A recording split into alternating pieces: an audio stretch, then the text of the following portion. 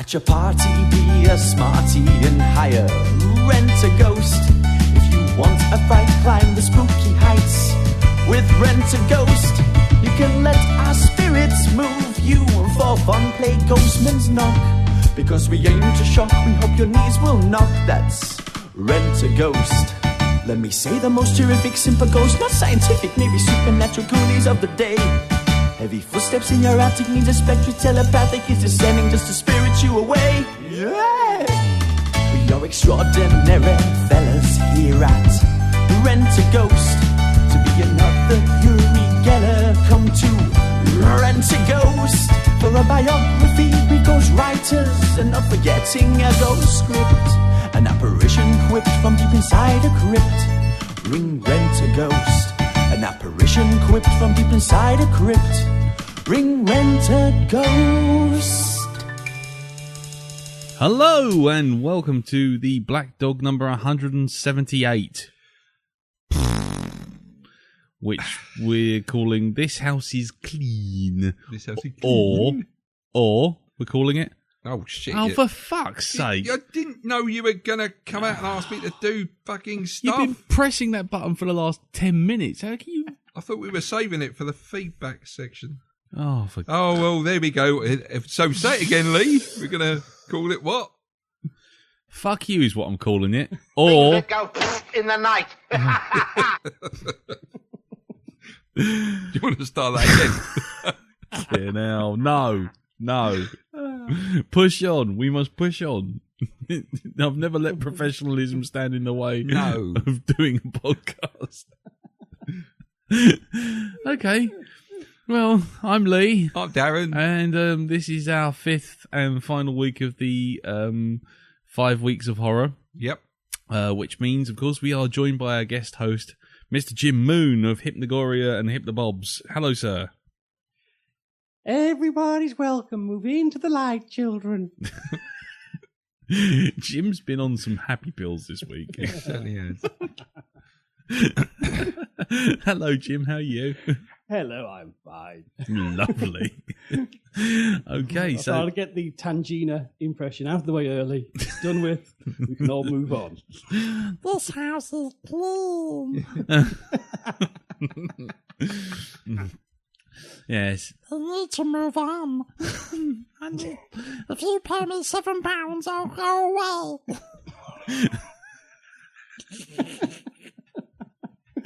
Oh, we've started early tonight. Yeah, we have started early tonight. Yeah, this week is D-Mob Happy Week, ladies and gentlemen, because we're not back for... We're off for 2 weeks for various reasons we'll explain later.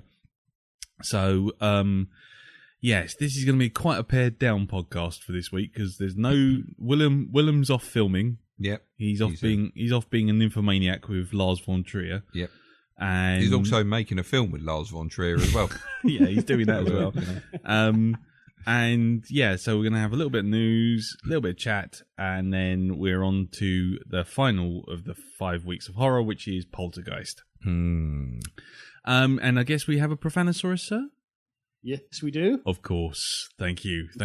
I don't know why I even ask now. I should just rely on your professionalism to carry us through, because fuck knows we've got none. Absolutely bollockle. Fuck all. This week, me and Darren are sponsored by the cooperative Really Chocolatey Biscuits. Yes. So if you hear any slurpy, crunchy noises, it's not him doing naughty things. We would like to recommend the cooperative half-coated triple chocolate cookies. So basically, they're chocolate cookies with chocolate chips in them, and then they're dipped in chocolate. Wrapped in chocolate. Well, the bottom half is... Yeah, they are. They taste lovely. They're evil personified. They're almost as good as Ainsley's chocolate fingers, as mentioned in the Shonky Lab. I always feel better when I've got Ainsley's chocolate fingers inside me. I really do. They fill me up no end. If you have no idea what we're talking about, go back to the Shonky Lab episode about biscuits and all will become clear. I managed to get 5 in me all at once at one point. They at call the same him Joe time. Collins. Yeah. Right, that's a joke I didn't get out of storage, but we managed it. Oh, got it out there. Right, okay. Well then, let's start by seeing how everyone's week's been. And we'll start with you, Jim. How has your week been? Disappointing. There's a distinct lack of Stormageddon where I was. We had a heavy downpour last week that was worse. Oh, okay. So that was a big fuss over nothing. But other than that, I had a jolly jaunt out. Oh, yes. In the marvellous autumn drizzle to the historic city of York. Where I met up with Odile Thomas and her lovely husband Carl. Uh-huh. And we took in the sights of Old York. We did the famous mystery cat hunt of York. Right, okay. Mystery cat hunt. Yes, because for around the city of York, some eccentric fellow in days gone by decided it'd be a jolly lark to place all these cat sculptures on all the historic buildings. And so there's actually a trail you can go around York City Centre and you have to find where the cats are. Oh, right. Which is actually really cool because it really makes you actually pay attention to the wonderful old architecture. And, it's, some of them are easy to spot and some of them are quite challenging. Do you know what? In the 2 years I spent in York while Laura was studying there, basically I never even heard of that. So it just goes to show you never experience. No, that's because you're a cat hunt. Ah ha ha ha. Yes. Anyway, cool. So what else did you do up there? Anything good? Anything else, rather? Sorry. Lovely traditional Yorkshire pudding with roast pork. Nice. At a lovely little pub near York Gate called the Hole in the Wall, which is very reasonably priced. That's an excellent menu. Did you go to Betty's Tea Rooms? No, we didn't. But Carl and Odile had been there the day before. Oh, they do some lovely cakes in there. Very expensive, but they're lovely. But on the evening, we did one of the many historic York ghost walks. Oh, cool. Which was fun. I'm not sure we were on entirely the best one, but there's about 1,500 of them all going round. And as we were going round, we started running past all the strangely dressed men with parties of people. Here was a plague pit. We've just been there and heard that one. Is it a bit like that scene in Shaun of the Dead when the two survival teams kind of cross each other in the back alley? Oh, it's very like that with the hosts bantering each other. Don't go down that back alley with him, he's a murderer. But you wish on this tour, this is rubbish. It was very entertaining. Proper Yorkshireman. Yeah. And he had a good grasp of his history. He had some interesting things to say, and it was good fun. Excellent. Yes, lots of fun things to do in York. Nice. Many fine old historic pubs to drink in. Very good. That's the recommendation we needed. Excellent. Okay. Well, moving on to Mr. Barnard. And hello. Hello. Yeah, hello. I'm back in the room. You're back in the room. I'm back in the room. Walk back to the light, Carrie Ann. I am back in the room. Right. Okay. Cool. I'm back here. And how was your week? I have absolutely no idea. I can't remember a single thing from it. No, honestly, let's see. What did I do this week apart from work? I think it's just been work, and more work. I understand you learned about cockfighting this morning. Yeah. Cockfighting. Yeah, I don't think it's actually real. Laura was trying to, she got a bit literal there. And it was men fighting with their cocks. Oh, right. We're talking about drawing swords. Amateur. Yes. So, I dick you. Is it like that scene? Is it like that scene from that John Ritter film, Skin Deep, where the two guys have got luminous condoms? You just see the luminous condoms floating about in the dark. It's a bit like that, yeah. Oh, right, it'd be like a more meatier sort of lightsaber fight. Meat saber. Strange smell of fish and cheese. And ammonia and stuff. Oh yeah. And things and whatever. Ammonia. You should get that checked. Man. Fucking ammonia. Have a word with Willem and get one of his ointments. Yeah, I will. Yeah, but maybe you can give me a leaflet or two on how to deal with strange smells from the nether regions.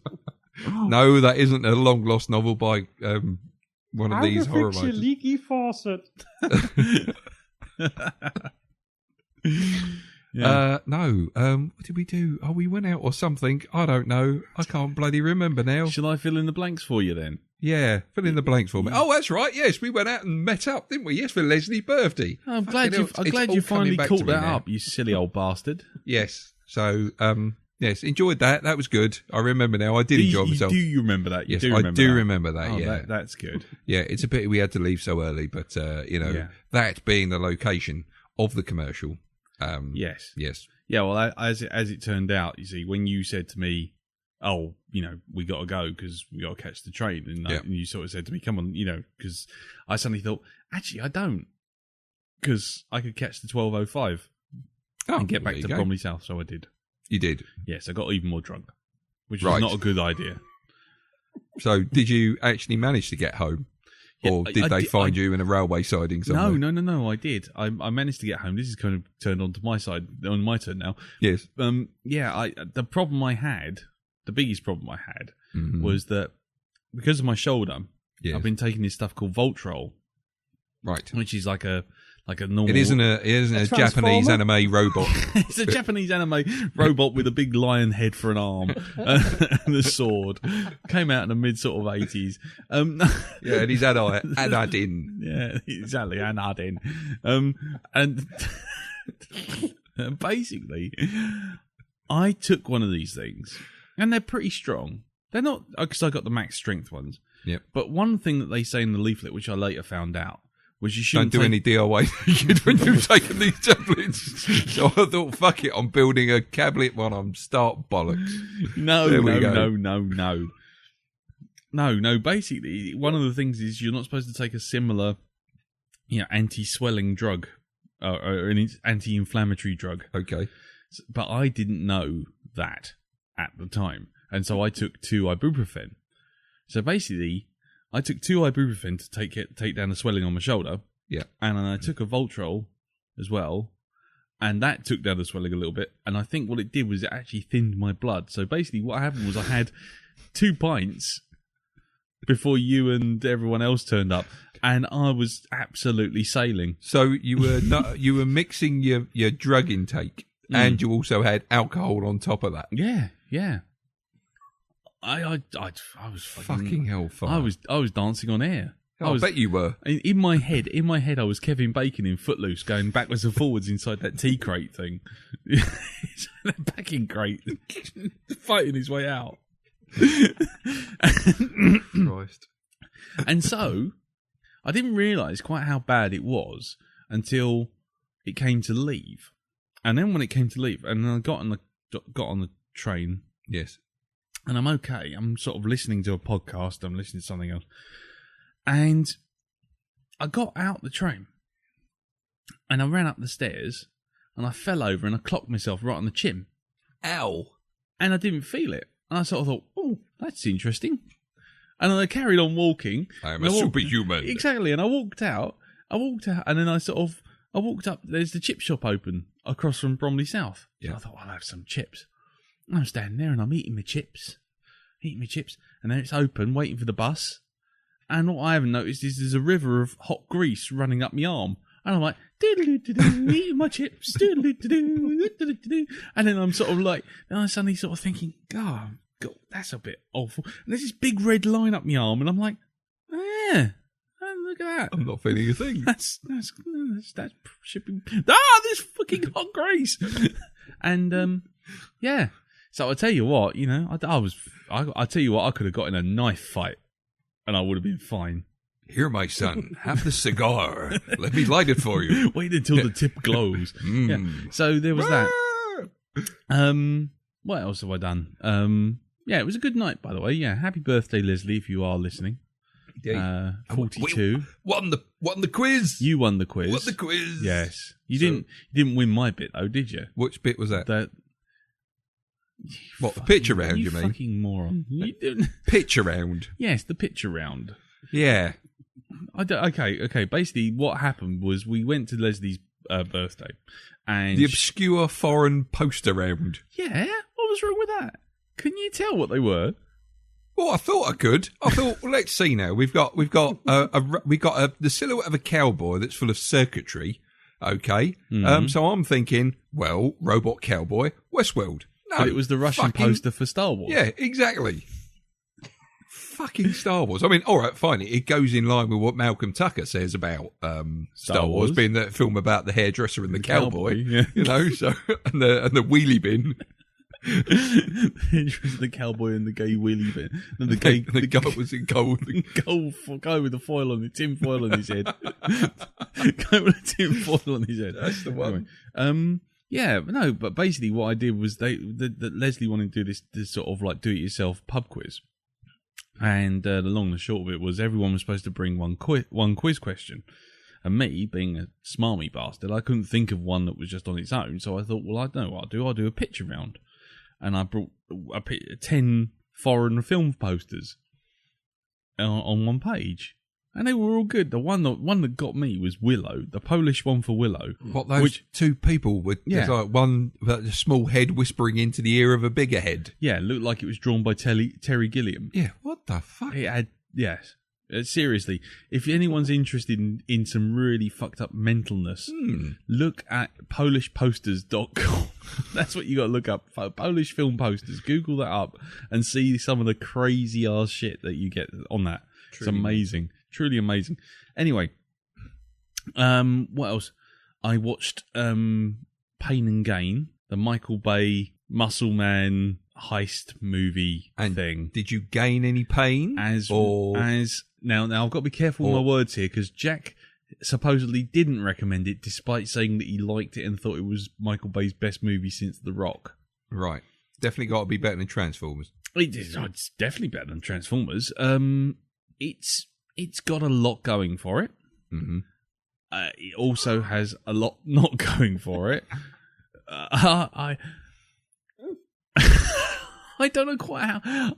I sat there being equal measure despairing and angry, and also sitting there going, the fact that this is a true story is actually quite amusing. Because basically it's 3 steroid-loaded, drug-addled dickwads who decide that they're going to roll over a guy who's like a regular at their gym. Yeah. And... basically, played by Tony Shalhoub, isn't it? Yeah, played by Tony Shalhoub. Yeah, and basically they get him and then they torture the fuck out of him, and then get him to sign over his deeds to them, and then they basically go and take over his life. But then obviously things start to go wrong, as these kind of caper things always do. The best bit in it is The Rock, the guy, the Rock, right? Yeah. And I say this in pure surprise because you know what, I don't like him. I don't like the stuff that he does, and I don't like the characters he tends to play, except for in Be Cool. Yeah. Was it Be Cool or was it? Get Smart. He was very good in that Get as well. Get Shorty. But he was good in Get Smart as well. Yeah. So he's very good in it as this kind of born again Christian who's come out of prison, clean from drugs, but then when they get the money, it all goes a bit wonky, to say the least. I can't really say much more than that, but there's a scene where he basically decides to knock over a security guard carrying a bag full of like dimes. Yeah. And he kind of it all goes horribly wrong, and he goes running down the street and he hides in a sort of hairdresser's. And there's just this bit where he kind of opens up the bag, looks inside, and it's spring loaded with that sort of security paint. He just goes like this, and it just goes blows up in his face, and then he's running down the road while they're trying to shoot at him, and all his beard's bright green, and there's all this green shit all over the place. And he jumps in the river, and they shoot his toe off, and then he's trying to wrestle the toe off a fish. But anyway, I can't recommend it. I'll be honest with you, because there's too much of it that just makes me go, oh. It's really kind of like these people are horribly stupid, and the things they do are horrible, and they are so fucking moronic you just can't root for them in the slightest. However, there's diamonds in that rough. There's bits in it that make you go, oh, actually that's quite funny. oh, that's quite stupid, or that sort of forehead smackingly bad. Yeah. You know, like they you know, we got to keep undercover. So next thing you see, Mark Wahlberg's driving down in a bright pink Lamborghini. You know, it's like fucking idiots. But yeah, as far as it goes, as Michael Bay movies go, it's not his best. I don't think it's not his worst. But I think if you didn't know it was by him, you'd be hard pressed to work it out. Right. It's not all brown sunsets, slow motion, and sort of like constant staring up at the sky while Hans Zimmer plays a bit of. So yeah, I think that's damning with faint praise. But yeah, I have had an acid flashback to something I did watch this week. By the way, okay. I went and did Love Film Potluck, so I went and had a look at some of the stuff that was on there, and I found a film called Exit Humanity. Have you ever heard of it? Yes. Oh, you know this one, Jim. Yes. I'll explain what this one is about. It's about a guy during the American Civil War. Well, it starts off during the American Civil War. The mainstay of this being that 6 years after he basically loses his wife and his son runs away and he has to go looking for him during a zombie apocalypse. Of No, course. hold on. Yeah. It is not anywhere near as bad as it sounds. Trust me. I thought it might because be. it does sound bad. Yeah. Oh, you think a fucking American Civil War, zombie apocalypse? No, it's not done tongue in cheek or anything like this. It's actually quite a sort of gritty, sort of realistic Western. Wouldn't you say so, Jim? Well, I think I'm using Geek Planet Online, and I said it's kind of it's a Western, but it's a Western like the outlaw Josie Wales. Yeah, it's in that or the sort of frame. Beguiled. It's like one of those sort of westerns, but it happens to have zombies in it. Yeah, so zombies play a part in there, but they're not the main driving force of the story. They are in there. They are a factor. And it's like when he's trying to cross the land looking for his son, he's not all like 10-gallon hat and stuff like this. It's all sort of like he's got, hooded cloak over his thing, scarf over his mouth. He looks like a cowboy zombie hunter, basically. Right. He does scream quite a lot in it, though, doesn't he, Jim? The guy Just who a plays. bit. Yeah, exactly. It's a very dramatic film, shall we say? Yeah. There's a lot of shouting and tense scenes.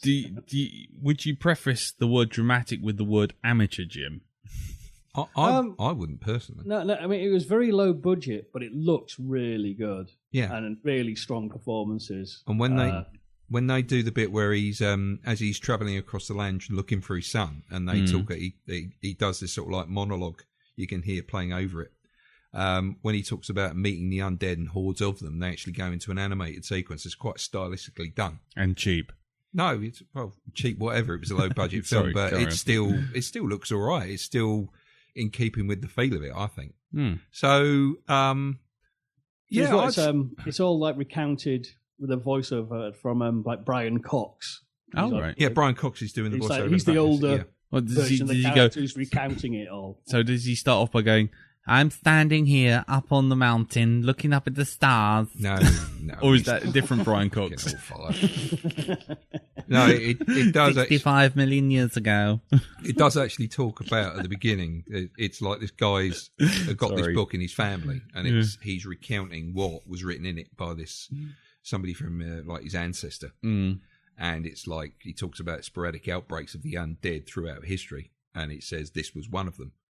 And it's like you see them at the beginning when they're in a mid battle in the Civil War, and he basically comes up against they've got the blues and the greys fighting, but all of a sudden zombies start wandering into it, like dead cavalrymen from both sides, and so you see him taking them out and stuff like that, and then it suddenly jumps forward 6 years when he's cowering in a house.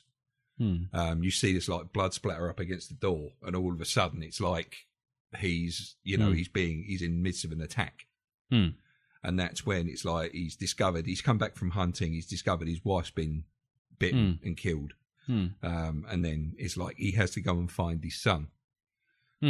But that's a very small part of the story. That's like I think it's done and dusted in like 30 seconds. That whole thread, isn't it, Jim?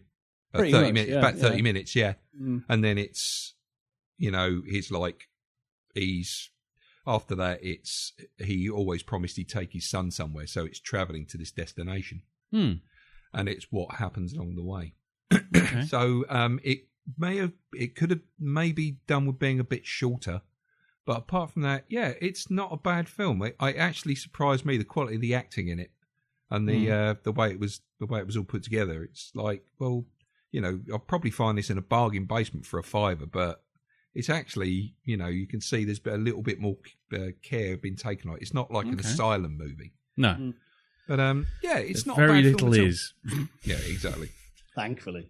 Thank Christ. I mean, so I reviewed for Geek Planet Online, and I did recommend, because it's like broken into chapters. Yes. I recommend if you watched it in like half one night, then when there's an actual chapter break around the middle, stop, then watch it the next night and watch it like as a mini series. I think it'd probably play better.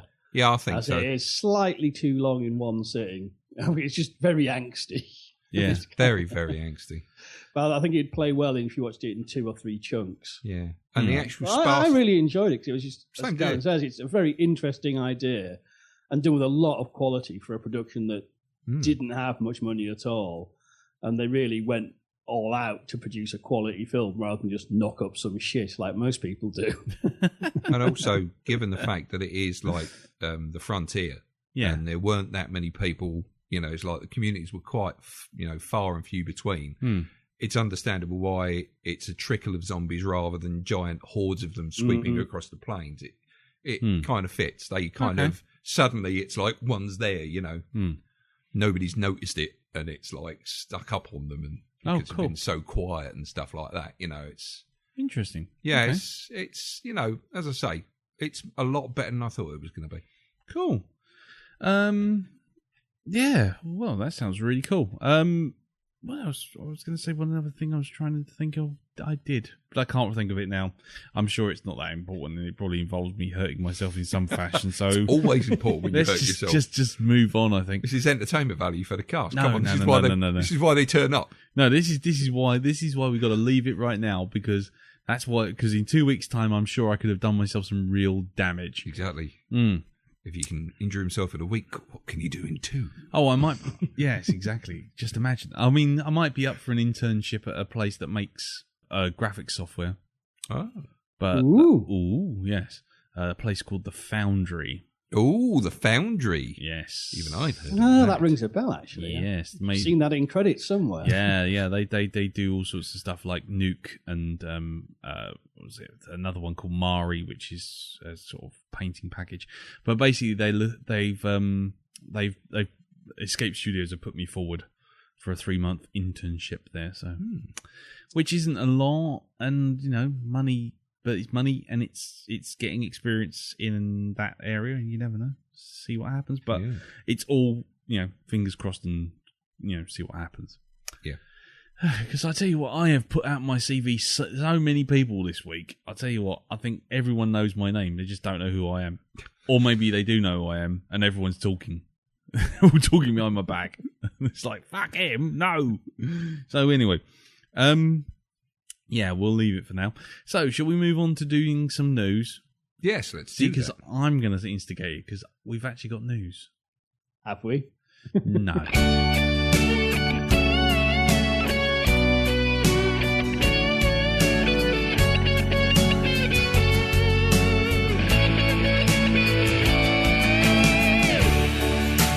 Here is the news. We've got some news. Fucking big news. Here comes the news.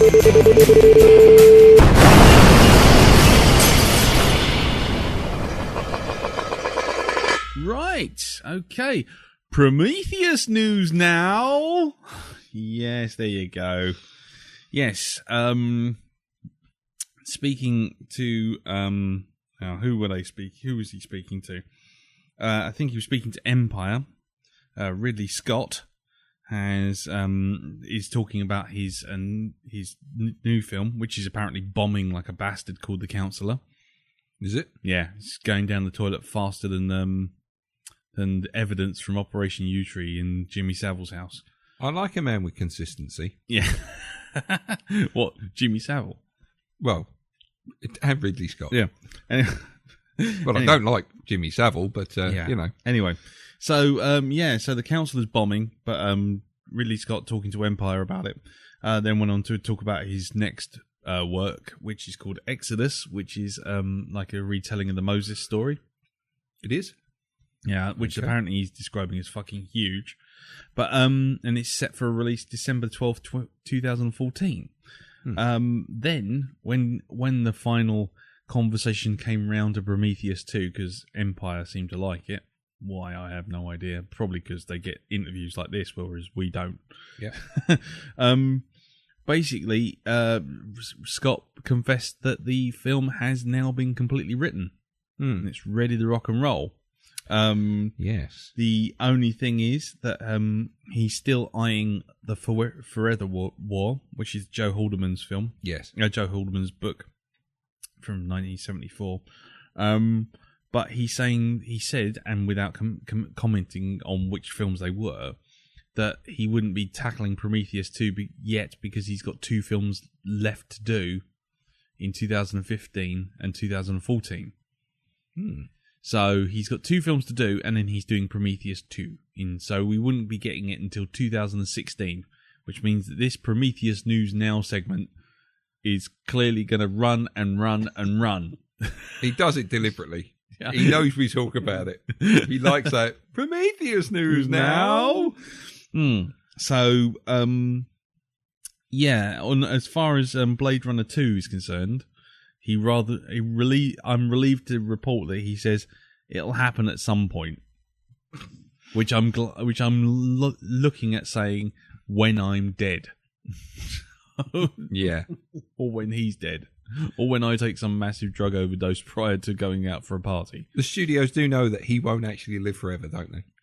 He's not like a vampire or anything like this, you know. Well, he's 83 now. Yeah.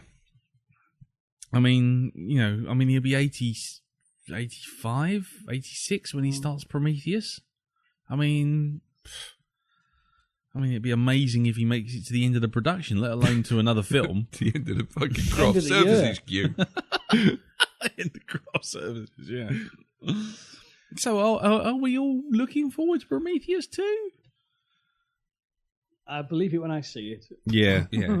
I think that's a good... This is another of these puff pieces where directors talk about things they've got on the slate, which means absolutely fuck all these days. El Toro. I know, I was thinking Bryan Singer, he's doing about another 20 pictures all in next week as well. Yeah. Yeah, but he's young, so he can, he probably could get those in there. Yeah, okay, fair enough. Right, moving on. Gordon Bennett. Well, joy news. Highlander reboot has finally managed to land a director. God, just like an immortal, it won't die unless you chop its fucking head off. It won't. The new director for the project is Juan Carlos Frenadillo, who directed 28 Weeks Later. Oh, okay. And basically it's he was the guy who was on it before. He's got kicked off. Cedric Nicholas Toyen is the man who's landed the job now, and his directorial work was Snow White and the Huntsman. Oh well. All right. I've not seen that film, so I can't comment. Yeah, well I can. It was shit. Was it? Oh, yeah. Okay. So there you go. So that's the end of that then. Anyone looking forward to the Highlander reboot? Well, no. Too early to say. There should have been only one. End of. Yeah, there should have been only one. Very good, Jim. Very good, very good. Okay, so now we move on to our usual segment, Marvel News now. And this week, there's been a lot of talk about Ben Kingsley. Because old Ben let slip last week that he's not done with Marvel. No. And Marvel still have a contract with him, and he needs to still do stuff for them. But he wouldn't tell anyone what it was. Well, it's now appeared. What? What are you I can't say, just in case there's people out there who still haven't seen Iron Man 3 yet. That's for God's sake. Well, if you, no, don't listen for the next 20 seconds. Well, there's the thing, because it's going to be his production, Trevor Slattery in King Hamlet? Lear. King Lear, that's it, yes. In Croydon. Yes, it's all part of the Marvel Universe. Yeah. Now, rumour has it now that basically it's going to be a one-shot. It's going to be a Trevor Slattery one-shot. Excellent. But the important bit is, which may be kowtowing to the fan outrage for Iron Man 3, is that it actually, well, there's two websites that are claiming the same thing. That actually the short will be revolving around the fact that the real Mandarin is not happy with the way that Trevor Slattery abused and Adrian Killen abused his name and comes looking for him. So there is actually a real Mandarin then? That's the rumour. Right. And it will, that may lead on to other things. And he's also got his brother Clementine and his other brother Tangerine. And then there's his sister Satsuma. Yeah, then there's Naval Orange and anyway. So yeah, but that then led to further rumours, but it's now it's into the yawn rumours spawning rumours thing. So that's going to be that'll be on the Thor 2. No, apparently they're making it in time for the Blu-ray of Captain America 2 Winter Soldier. Oh right. So I wonder what the one shot for Thor 3 Thor 2 will be then. I don't know, but the thing is, obviously, if they do that, then that leads to the next thing, which was Kevin Feige being interviewed once again for this time for Thor 2 junket. Turned around and said that the only thing they've got to worry about with Tony Stark and Iron Man at the moment and Robert Downey Jr. is from Avengers 3 onwards. And he turned around and he said quite blatantly, he said, at the moment, that's the Downey Jr.'s the kind of stumbling block, and that basically Downey Jr. isn't key to Tony Stark because he said it, and Feige said, turned around and said that it's like James Bond. It really doesn't matter who is Tony Stark, it's the man behind the suit, so he can be anyone. So in other words, it's James Bond. We can change the actor for 4, 5, 6, and 7. Yeah. But obviously, if they're doing this whole Mandarin thing and they are trying to bring in a real Mandarin, then that does imply that there's another Iron Man on the slate. I would say so, yes. Because then they could get the 5 rings in and all that stuff. Yeah. The silence from Jim's end, either the sound card's broken or he just really couldn't care less. Suddenly we're going to hear bloop, bloop, bloop, bloop, bloop, bloop, with the Skypes just suddenly get out. There'll be a sequel to one of last year's big successful films. Fuck my hat, really? I'm shocked. Jim, I'm trying so hard to find some actual genuine news. Don't hurt me, man. I'm trying so hard. Well, shall we talk about the trailers? Well, no, there's one last piece of bullshit rumour news before we get to that. Okay. Which is down to the fact that one of the designers for Batman Superman has not spilled the beans as such as kind of nudged in a direction that the look that they're going for with Dark Knight, the Dark Knight himself, is based on a Batman comic called Batman Noel. Batman Noel? Yes. I've got a picture of it here. There isn't Nell in Batman. So he's going to be a Noel Edmonds type Batman. Yeah, Noel. No, yeah, I've got the banker on the phone. It could be Batman Kinnell. To be honest, by the end of it, but yeah, it's that. It's not too drastic. It's not too drastic. It's kind of like that's fine, but it's going for more of the iconic grey and black. That's great. Grey and black, and the sort of the Keaton style headpiece. Right. Okay. So because I always think of the Keaton style headpiece as being very close to the Brian Bolland Killing Joke headpiece, by the way the ears actually, the shape of the ears. Yeah. But the whole thing of the eyebrows being moulded into the temples and that kind of stuff. How much of that's true, how much of that makes it through the filming, we'll see. But at least it's someone actually on the production kind of saying something. Yes. Does that please you over there, Jim? I'm just looking at it now. That looks like Batman. Yeah. Well, that's a success. Let's see, mask with ears on. If they're going to go for check. something that's a bit more, get away from the molded bodysuit, I'll be happy. And all I'm black. easily pleased on this front. Yes. Yeah, I'll go along with that. Just, I don't think it needs to be so heavily rubberized. I think it's a groove all the Bat costumes have been stuck in since Burton. Yes. And I mean, looking at the Batman Noel, it looks to be kind of quite like the it's what in the DC universe is the sort of early Batman costume. Because, they say in DC, until the New 52 fucked everything and no one knows what's going on. But before then, it's like if you had a story in Legends of the Dark Knight and he had short ears and a grey costume, this was Batman the early years. If he's in a dark blue and the costume has longer, pointier ears, that's your mature Batman. That's how it used to work. So when is the next part of the grand history of the Batman coming out on Hypnobobs, Jim? I have no idea. Sorry, just had to pull that on you. Well, we'll leave it there, I guess. And then move on to these trailers. Yep. So come on in, let's get them out of the way. Trailers. There's been 2 trailers being released this week. It's like the battle of the Marvel franchises this week, and the first one, of course, was out of the gate was Captain America. Yep. So, guys, you've all seen it. Yep. What did you think of it? I quite like the look of Winter Soldier. It looks fun, intriguing, exciting. Didn't give too much away. Good trailer. Yeah, there you go. That's all you can hope for nowadays, isn't it? Because you can't really base what you think of the film on the trailer anymore. No. I think it shows, for me, a lot of promise. It's got Captain America being Captain America, and actually the bit when he walks in the lift, it's that I've got one question to ask. Does anybody want to get out before we begin? And then it's like the next thing you see, there's like a whole pile of blokes laying on the floor. Yes.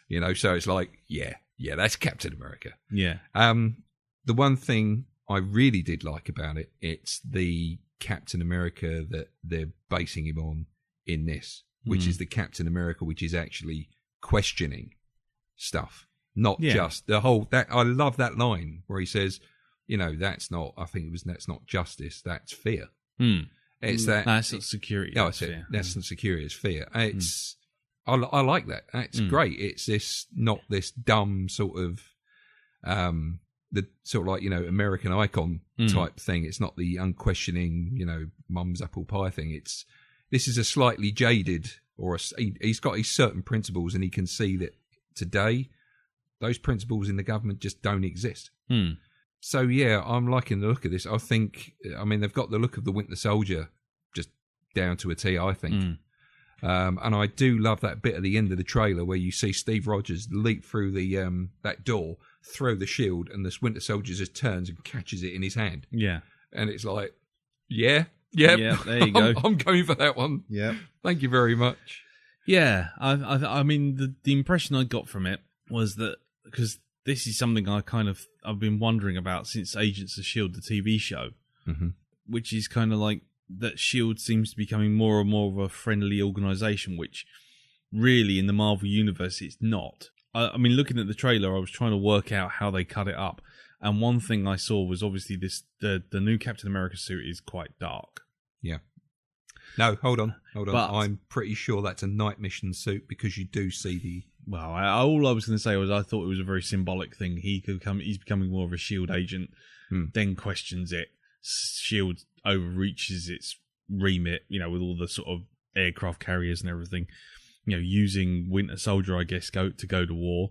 And then, and Cap has to basically distance himself from that. And I think maybe this is the start of that, turning S.H.I.E.L.D. into almost a sort of evil stroke neutral agency within the Marvel Universe. It's that whole... basically breaking Captain America away from S.H.I.E.L.D.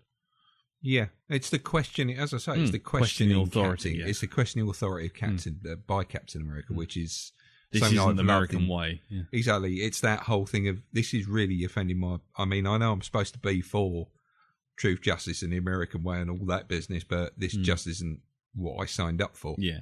You know, and I like that. Overall, I thought the feel of the trailer, Yeah. you know, stick to Jim's line. I think the trailer looks good. It's very positive. It gives me a lot of hope for the film, but you know, as we've said before, trailers, you know, can fuck you about. They can. Which brings us to the next one, which is X-Men: Days of Future Past. Yeah. AKA X-Men. Let's see who we can cram into the next 2.5 minutes. What did you think of it, Jim? Jim, you can go first. I was very underwhelmed, I must admit. Mm. It was kind of, this is serious and heavy, and look, here's so-and-so. Here's somebody else. Here's something cryptic. And I'm just thinking, oh, God. Yeah. I have a really bad feeling about this one. I can't help feeling that they shouldn't have let Bryan Singer back. Yes, I think that's really worrying me. And this trailer is just, there's nothing I can put my finger on, but there's something about the tone of it. It's going, oh, yeah, stop being so fucking serious. Just tell me a good, exciting story like First Class did. Yes. Oh, no, that was a different director with a different sensibility. You're going to bludgeon us with thinly disguised metaphors, aren't you? Yeah. And probably fuck up this classic storyline and really annoy a hardcore X-Men fans. I think First Class did annoy quite a few. Well, you're always going to annoy hardcore fans anyway. Yes. But there's annoying them and then really annoying them. Yeah, I mean, the thing with First Class, though, which is the thing that, you know, we, you know, go back and on it's the yardstick. I think we do constantly mention. It's the yardstick of hardcore fans' expectations versus what actually turned up and then changing our minds. It's a bit like when we talked about J.J. Abrams' Star Trek, which we can't do anymore because Into Darkness fucked that right in the arse. I think we can still talk about the movie that came before it. Yeah, but the point is that with First Class, no one was expecting anything, and what we got was essentially what Marvel's been doing so well recently, which is essentially they can deliver a serious story, but they do it with fun. And it's just got an exuberance about it, even if it's dealing with some quite dark themes, that you just kind of go, this is a comic book thing, we are having fun. You know, we're not sitting in the dark scowling at everyone going, emotionally turmoil. Yeah. You know, it's, you know. Sorry, you've got me thinking of Batman versus Superman now. Yeah. Oh, yeah, exactly. Oh, look at me. Oh, I'm Superman. Yeah. You want my help? You can flick this man into the sun. Anyway, but no, that's the thing at the moment. I looked at that Days of Future Past trailer, and it felt like a return to the old X-Men. And it's as you say, it's the Bryan Singer thing. It's suddenly that shoehorning everything into the new universe, as it were. X-Men First Class set up a fantastic sort of starting point. And what they've done is they've gone, well, we can't carry that on and just have fun with that. What we're going to do now is actually go back to the Bryan Singer well and try and grab all the bits and pieces from the previous two movies, three movies, I guess, if you count that fucking Brett Ratner clusterfuck, and shunt it all back into this universe. I've got a strange feeling it's got you're not going to have anything to do with number 3 in there, and possibly you're not going to have anything to do with number 2 in there either. I think that this is going to forget about everything apart from the very first X-Men movie and just have it, because this is going to be an alternate timeline. This is going to be something's happened to time to make all this happen. Yeah, but this is the problem. This is, for me, all the stuff that I got is just like Jim saying, you know, you get this kind of ponderous seriousness. Oh, there's things that are happening and things that are rolling forward. And it's like, yeah, but I want bright, fun James Bond in the 60s punching boats out of the air. I want fun. And we're going back to the days of X-Men and X-Men 2, with the only requirement was that we had to have Wolverine and we had to have Sentinels, which everyone kept going on about all the fucking time. And then they put the Sentinels in X-Men X-Men Last Stand, number 3, for about 3.5 seconds, and everyone was looking at that piece of footage in the trailer and going, woo, this is the X-Men we wanted. And then got something that was just like someone had just taken a crap on 400,000 cells of celluloid. I don't know.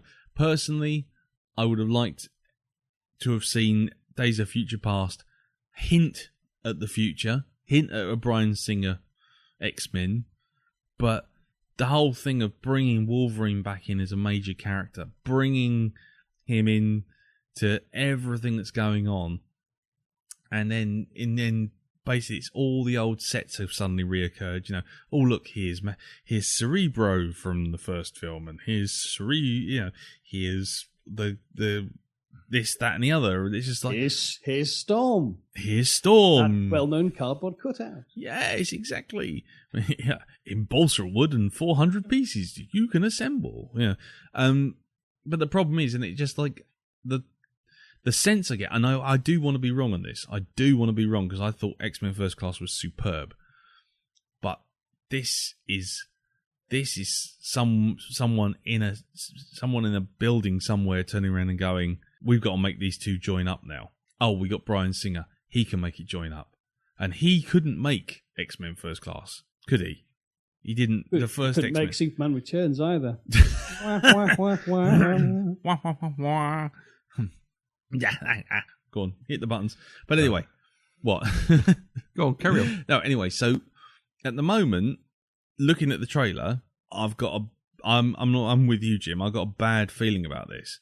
I got a feeling this is going to become too ponderous, serious, and up its own arse, and desperate to link continuity between two totally different series of the same film. It would be a bit like having Sam Raimi direct the Andrew Garfield Spider-Man and then try and make the two connect. It doesn't feel quite like they should even exist together. They have the same starting off point, but they're like two totally different comics. I mean, I hold my hands up. I'm perfectly prepared to be wrong and proved wrong and come out of the cinema going, thank fuck. But right now, that trailer just made me think all the wrong things. Because there's Patrick Stewart front and centre. There's Hugh Jackman front and centre. There's Halle Berry. And she actually got more time on screen than fucking Michael Fassbender. And it's like, that's not what we want. We want X-Men First Class, which renovated the series, not the person who made the series and then crashed it into the ground. So, like I say, I'm absolutely willing to be proved wrong. Totally. Right. I have a totally different opinion of this trailer. I can tell. Indeed. Because I think the only link between Bryan Singer's attempts at the X-Men and what you're seeing on screen are the actors themselves. I don't think this is going to actually refer back to his movies. I think this is going to be, I'm hoping this is what it's going to be, is a progression of the timeline of First Class and not a trying to join all the dots up, because you can't do that. It doesn't work. No, you're absolutely right. So I don't think it's going to be that. That would be a travesty waiting to happen. I think that just because you've got the actors in there doesn't mean to say it's going to be that. For all we know, this could be a timeline that's been altered so that the war does happen, and it's like, well, you know, they've got to get in there and fix this because this isn't right. This is not how it's supposed to go. Because in the original story, you have, was it Bishop? It's Bishop that does the time travelling. Yeah, he's the one. No, it wasn't. It was Kitty Pryde. Are you sure? Was it Kitty Pryde? Yeah. Oh, right. Ellen Page, who also turns up in the trailer. Yeah, she's in there as well. And Bishop turns up in the trailer as well. You do see him walking out of from undercover. He's got the gun and the big M on his face and stuff like this. What I did like about it, and I think it's something that I've just seen one person mention. We've complained about trailers showing too much of a film and giving too much away. Right? Did you see a single Sentinel in that trailer? No. There you go. Right now, if you're not in with it, if you're not on the websites and you're not looking at this sort of stuff all the time, you wouldn't know that the Sentinels are going to show up. Yeah. Now, if they stick to this, great. Sentinels are a nice surprise for people. Yeah. I mean, to be quite honest, you know, I'll go along with you that in that respect, the trailer gives nothing away. But no, it does the whole thing of like, you've got Magneto and Charles Stannis, or him sitting there and standing next to him saying, you need me to help you. We need to end this war. And it's obviously things have got to a bit of a point where they're all working together now. Yeah. And they're all looking very, very worried about what's going on. Yeah. what you've also got to remember is, okay, it's understandable that maybe the child Xavier from the first film isn't going to be the happy bunny that it was before because he's lost the ability to walk now. Yeah, and That's again, it. you know, and maybe feeling sorry for himself because of it. Yeah, I know, and you know, again, I'm not knocking it. I'm just saying that for me, it's an impression it gave. Yeah, it is that sense that it was all about Patrick Stewart, that trailer. It was all about the old X-Men in that trailer. There was nothing in there that went, oh look, all your favourites from X-Men First Class are back. You know, every shot of it wasn't people reveling in their powers and doing all these weird and crazy things. It was basically, you know, Magneto pulling Mystique along by cuffs. It was her crying. It was Wolverine standing there with thousands of scars all over his body. It was like the joy of X-Men First Class was the fact that this was, let's not worry about the continuity. Let's start again. The only bits of continuity that went from the Singer X-Men was essentially the origin of Eric Lenshear of Magneto. Yeah, there was that. Really, that was the only bit you did see in the concentration camp. Yeah. Now, that I thought was brilliant. It was the Star Trek thing again. It was taking a known point and then blowing off and going in a different direction, and I think that was fantastic. This whole trailer gives the impression that we're back in sort of 2002. We're back in 2004. You know, we're watching those X-Men again. And just so happens that these X-Men, you know, the First Class X-Men, just happen to be along for the ride. Yeah, but the thing is, this is a major X-Men comic book story. This is one of their tales. And I know. So, you know, what do we want? I know. I'm being the contrary fanboy. I absolutely agree. I'm not trying to apologize for this. I'm just saying that to me, that was what was kind of rolling in my head. I'm like, I don't really want to care that they're doing something slightly different with the story or whatever, but I can't get away from this feeling. The whole thing sort of gave me a sense. Just, you know, Jim couldn't put his finger on it, and for me, it feels like there's a studio interference there. If they're really going to do Days of Future Past, why isn't Kitty going back? Well, because Kitty won't look as good on the poster as Wolverine does. No, Wolverine is the fan favourite. Yeah, and he's not the guy to go back and try and convince Professor or anyone in a calm and rational manner that this is the right thing to do this, do that. He's just going to go back and go rah and shoot people, stab people. Yeah, the reasoning behind that is because he exists in that timeline as he does in the present one. Kitty Pryde doesn't, so the method of time travel wouldn't work for her because she's got no body to go back to. That's fine. That's fine. So, like I say, I'm not gonna sit there and completely dismiss the film. I know it sounds like I'm shitting on it right now, but I'm talking purely from the sense. You know, we talked about Captain America, and it was like the sense of that was like, yes. The sense I got from this was no, because it just felt like this is Bryan Singer bringing his X-Men back. This is the excuse to do it. Yeah. If it was really an X-Men First Class thing, then they would have been more of the focus in that trailer. But they weren't. It was Wolverine, Storm, Kitty Pryde, you know, old Eric, old Xavier. Yeah, I think it was Iceman. It's the point of view of the trailer. It's the X-Men. I think it's from the point of the trailer. It's more to try and sell it to the general public who know. And I'm not saying that the film is solely focused on the future lot, because I think the trailer itself is focused on those characters, because Joe Public out there, if they're going to know anything about the X-Men, they're going to know about the characters from those three films that were really, really popular. Which goes back to my previous statement, which is feels like there is studio. But we don't know if that's the focus of the film, though. No, I completely agree. But I think the trailer at the moment, as far as we can, as far as I believe anyway, I think that's just a marketing thing. I'm hoping the film is not going to be focused on the guys in the future, and I don't think it will be. I think it'll be. I'm hoping it's going to be the guys from First Class. So am I. I mean, that was my hope, that you could do X-Men stories set in the 60s, set in the 70s, and make them funky ass sort of super spy things. Make them get smart. Make them sort of like Mission Impossibles. Do that sort of thing. I think they will do that in the future. But there is logic in the story. There's that whole thing of Charles losing his faith, and I think this is the thing of bringing him back again, because as we hear in the trailer, it's Charles talking to himself saying, "We need you to believe again." Because you're losing it. This is it. The dream won't happen, and terrible things will occur if you don't get your arse in gear and pull yourself together, because it has done now. So, of course, if he does do it, then if he does sort of get his faith back, then Wolverine would never be in a position to go back and fix it. In which case, he might lose his faith again. We're back to the old. Well, no, because then we go to a parallel universe. That's it. Oh, it's always in a parallel universe. It can't be anything else. You can't. This is the thing. That wouldn't fit with my sense of time travel. But if it's a fun movie, then of course I'm willing to let that go. I think that's the thing. If it's a fun I let it go movie, with Looper, because fun. Looper was Jesus H. Christ. The time travel mechanics in that was shit. But it was, to me, it was an entertaining film. We should get Stephen Hawking on to talk about these things. Yeah. We just get a speaking spell. Just do it. That's not good. That's not good. I have decided that COLOR is color. Sorry. Oops.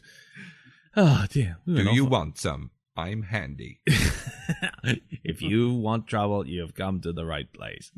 Right. Anyway. Yes. Did you spill my pint? Sorry. Yeah. Oh God Almighty! May all my shootings be drive-bys. Take that, mofo.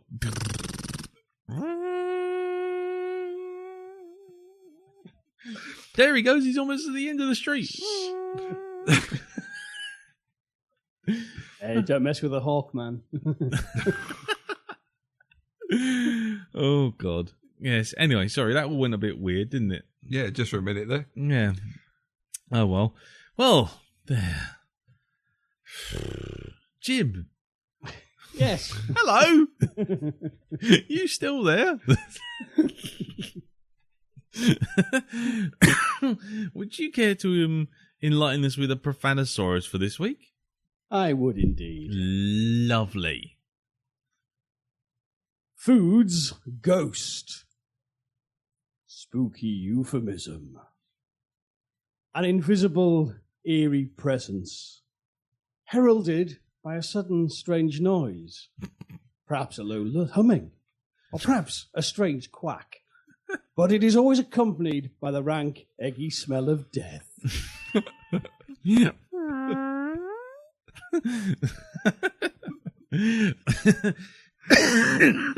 Thank you very much for that, Jim. Oh, yeah. Sorry. I'm glad you're still awake after that horrible conversation about X-Men that just went on. But anyway, yes. Thank you, sir. And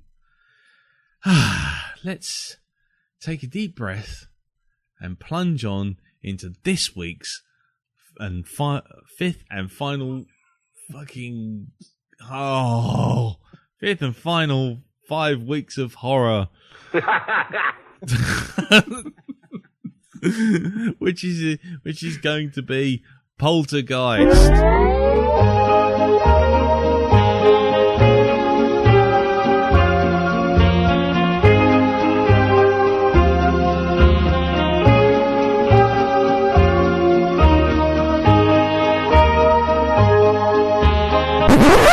Right, okay, Poltergeist, the movie. Well, not the film series. I was going to say, as opposed to the TV show. Okay. Ooh. First rule: we're not mentioning the TV show ever again. Okay. Are we agreed? Yep. Right, brilliant. Okay, so Poltergeist, the film, released in 1982, which is, as we all know, is the best year ever for films, ever. Right. Supposedly directed by Tobe Hooper. Screenplay by Steven Spielberg. Story by Steven Spielberg. Starring Craig T. Nelson, Jo Beth Williams, Beatrice Straight, and it was released in 1982, as I said, by MGM. It had a budget of 10 million. It took a box office of 121 million. Made a bit then. Didn't do bad. Yes, it also stars Dominique Dunn, Olivia Robbins, Zelda Rubinstein as Tanya Barons. This house is clean. And James Caron. This film was steeped in controversy for a number of reasons. The first one being the thing I just alluded to, which is that Tobe Hooper really didn't direct much of it at all. His name's on the credits, but he wasn't actually really on the set, as it were. No, his name was on the bar tab. Yeah, I think so. Dog and Duck down the road. Yeah, the rumour has it that Spielberg, who was deep into production with E.T., wanted to make a horror film and was forbidden by the contract which he had signed while directing E.T. which forbade him from directing another film. So he went into an executive producer role and was on set pretty much all of the time during the production of Poltergeist, which led many people to believe that he was the director, de facto director, because Tobe Hooper, supposedly, according to Zelda Rubinstein, wasn't really there in a quite a literal sense, insofar as he would actually be sitting there and everyone would ask Spielberg the questions and Spielberg would answer them and then look at Tobe and say, "Is that okay?" And Tobe would just go, "Yeah." And they carry on. It got so bad. Well, actually, I'll give you another quote, which was, hold on, where are we? Who's this from? This is from one of the aides, who was working on the film at the time. Tobe isn't really a take charge sort of guy. If a question was asked and an answer wasn't immediately forthcoming, Spielberg would jump in and say what could be done.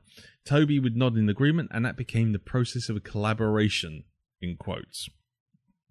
The Directors Guild of America actually opened an investigation into questioning whether or not Hooper was official credit was actually even required, given that Spielberg was so open about the fact that this was the kind of way that they were working. Co-producer Frank Marshall told the Los Angeles Times, "There are creative forces of the movie. The creative force of the movie was Stephen. Tobe was the director and the rest, and was on set every day. But Stephen did the design and the storyboards, and he was on set every day except for 3 days when he was in Hawaii with Lucas when they were writing Indiana Jones and the Temple of Doom." However, Hooper claimed that he did fully half of the storyboards. That's the only bit of contention that he would come up with. That's not a good start. I drew some stick men on a piece of paper. I did a bit, honestly. It got so bad that Hollywood Reporter printed an open letter from Spielberg to Hooper on the week of the film's release, saying, and I quote, "Regrettably, some press have misunderstood our rather unique and creative relationship, which you and I shared throughout the making of Poltergeist. I enjoyed your openness in allowing me a wide berth of creative involvement."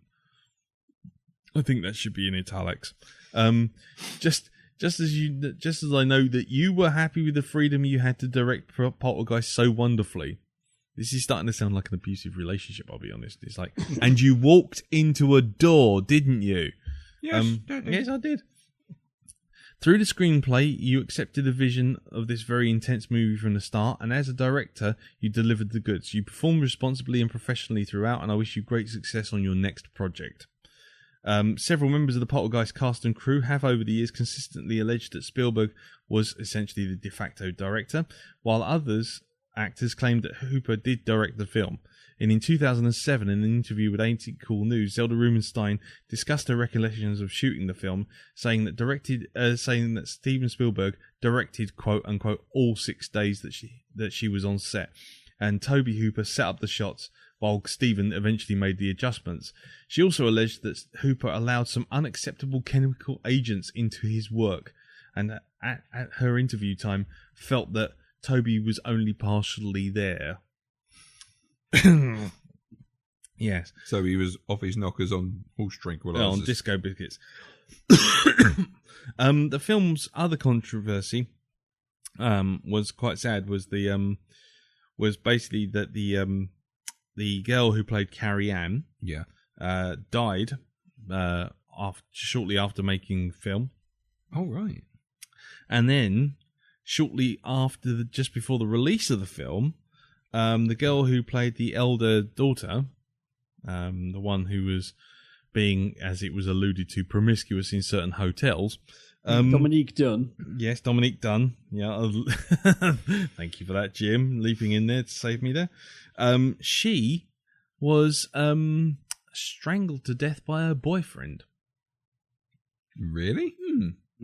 So she never got to see the film. Yeah, she was strangled by her former boyfriend in the driveway of a West Hollywood home on October 30th, 1982, just after the release of the film. She never regained consciousness and died after being declared brain dead for 5 days later at the age of 22. Blimey. So, hold on, let me get this straight. The little girl, Carrie Ann, she died after the first one. So, yeah, Heather No, O'Rourke. she didn't. No, she I was going to died say after the third one. she's in Did 2 she? and 3. No, I don't think it's the same one. It must be a really good double because She died at the age of 12 with a cardiac arrest and septic shock caused by a It's in the Poltergeist trilogy because if Yeah. you watch 3, you can see she is very unwell. she must have been 12 then. Sorry, I misread it because I'm looking at it. Sorry. Thank God you two are there. Yes. Anyway, yeah, no, she was. I'm now looking at her page, and yes, she did make it into the second and third installments, which was shit anyway. Not that should mean why she should die, but hey ho. Yeah, she died in 1988. Sorry, that's where I was misreading it. The response to the film was well received. Poltergeist was well received and considered by many as one of the best films of 1982. Andrew Saris in The Village Voice wrote that when Carrie Ann is lost and the parents and the 2 older children come in, they all come together in blood-kin empathy to form a larger-than-life family that will reach down from the gates of hell to save its loved ones. And in the LA Herald Examiner, Peter Rainier wrote, "Buried within the plot of Poltergeist is a basic splendid fairy tale scheme, the story of a little girl who puts her parents through the most outrageous tribulations to prove their love for her. Underlying most fairy tales is a common theme, the comforts of family. Virtually all fairy tales begin with the disrupting of the family order, and their conclusion is usually the return to that order. Over 30 years after its release, the film has been regarded by many critics as the classic in the horror genre. It still maintains to this day an 87% certified fresh rating on Rotten Tomatoes. It was also selected by the New York Times as one of the best 1,000 movies ever made, and the film has received recognition from the American Film Institute and is ranked number 84 in the AFI's 100 Years of 100 Thrills list. The tagline, "They're Here," was named 69th greatest movie quote of the AFI's 100 Years 100 movie quotes. And I'll leave it about there. Can I just throw something in here? Yeah, sure, by all means. The wiki doesn't mention it, but it's Yes, no, that's good. It's very, very obvious. Yeah. Firstly, this film came about originally as part of a sequel to Close Encounters. Really? Oh, there you go. Spielberg had an idea for a sequel to Close Encounters that involved strange forces menacing a family and strange little creatures making friends with the children. Now, as it turned out, this split off. One half became Poltergeist, another chunk became Gremlins, and another chunk became E.T. Wicked. There you go, Jim. And the actual basis of the Poltergeist story is essentially an expanded version of a Richard Matheson Twilight Zone episode called Little Girl Lost. Nice. In which a little girl is sucked into another dimension, and they can only hear her voice, and her father has to find a dimensional portal and goes in with her with a rope and brings her out again. Well, there you go. You've just earned your pay for the last 5 weeks, then, Jim. That's brilliant. See, this is the sort of stuff. This is why we brought you in. Yep. Yeah. See, We knew you'd be able to do it. You'd pull it out the bag and give us a sheen of professionalism and research that we normally don't have. Ah, well, brilliant. Anything else before we carry on? A lot of people probably won't have seen Little Girl Lost, No. but we'll have seen Homer Lost in one of the Treehouse of Horrors. Which Yeah. Of course. remakes that episode as a spoof. which Where is quite ironic because I saw that bit when he goes in and he's got the rope around him, and I thought that was a link to Poltergeist, not anything. Oh, of course. What a div. There you go. Wicked. Oh, well. I think, sorry, golf clap. For Yes, that. golf clap. Yeah. You've moved off the wiki trail and you've proved yourself worthy, sir. as if you do anything else. Ah, well, brilliant. Well, I suppose we should move on to actually what did everyone think about this? And I'm looking at Darren's face. I think he might go last. I'll be honest. Because you didn't... He's not told me anything, and the fact that he hasn't told me anything, and every time I talk to him about it, he has this look, and you can tell where it's going to go, and he's got that look now. So I think we'll leave you to last. Really? Why is that, Lee? Just because I think I know where this is going. Right, so Jim, what did you think of Poltergeist on this watch? I really enjoyed it on this watch. I had an absolute ton of fun with it. I mean, as I said last week, the first time I saw it, I was too young. It was a traumatic experience. And I've watched it several times over the years. And, I have had that thing. A few times I've watched it and gone, oh, God, this is really just so 80s. But in fairness, this film does set up an awful lot of things that later sort of fantasy blockbusters of the 80s would do. The Williams score, the ILM generated storm, use of bright lights and lens flares. Yeah, it's all a lot of it. This is a very influential movie. I mean, it's a derivative movie. It's derived from Matheson, but there's bits from The Haunting thrown in. The scene with the ghosts on the stairs is lifted wholesale from a 40s film called The Uninvited. Nice. Which Spielberg has also plagiarized for the end of the angels appearing at the end of Raiders as well. And pretty much with the end of Close Encounters as well, the way they come out. Yeah. But this time, I sat down to watch it, and I just really just thoroughly enjoyed it. It is just a good ghost train ride. It's one of those. It's not really trying, I think, to be terribly serious. There's a point, the point which Carol Ann disappears. Or rather, when the tree comes in to attack Robbie. Yeah. That's the point where they give up any pretense of this being kind of serious horror. Yeah. It's fairy tale, sort of, it's cartoon scares now, you know what I mean? Yeah. It's like it's like Halloween rubber masks. Yeah. They're not meant to scare you, they're meant to be fun. Yeah. It's that kind of safe terror, shall we say. Yes. And, I just thoroughly enjoyed just going along on the ride again. And I just love the way kind of it pulls. I remember this time, I really fell for the fake ending the first time I saw it. This house is clean. No, it's not. Oh, yeah. All right, they're moving out, and that's kind of the wrapping up. Everything's back to normal, folks. Oh, she's gone for a bath. Hang on. Yeah. Yeah. Well, hang on, hello. she isn't stopping. Oh dear. Because it does hit that point. I watched the clock at exactly an hour and a half. Yes. Where you think your body clock's going, this is the 80s, 90 minutes. Oh, yeah. Roll the credits, I can go for a piss. Yay! No. Au contraire. No, it's bath time and brown chicken brow. Wow.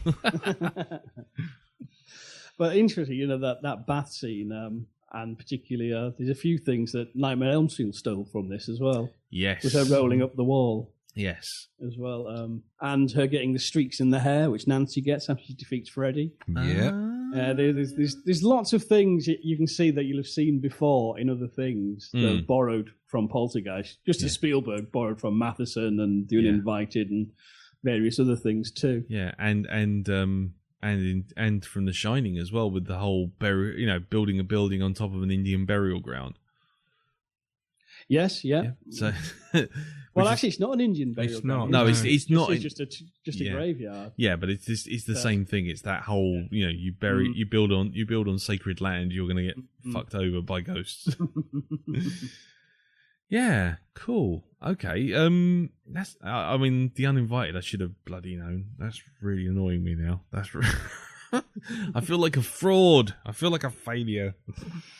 But yeah. I mean, as far as I'm concerned, I enjoyed this film. Now, I enjoyed this film because it is an 80s Spielberg film. I mean, it makes me laugh when they say, "Oh, Tobe Hooper directed it." It's like every shot just looks like a Spielberg shot from step one to the end.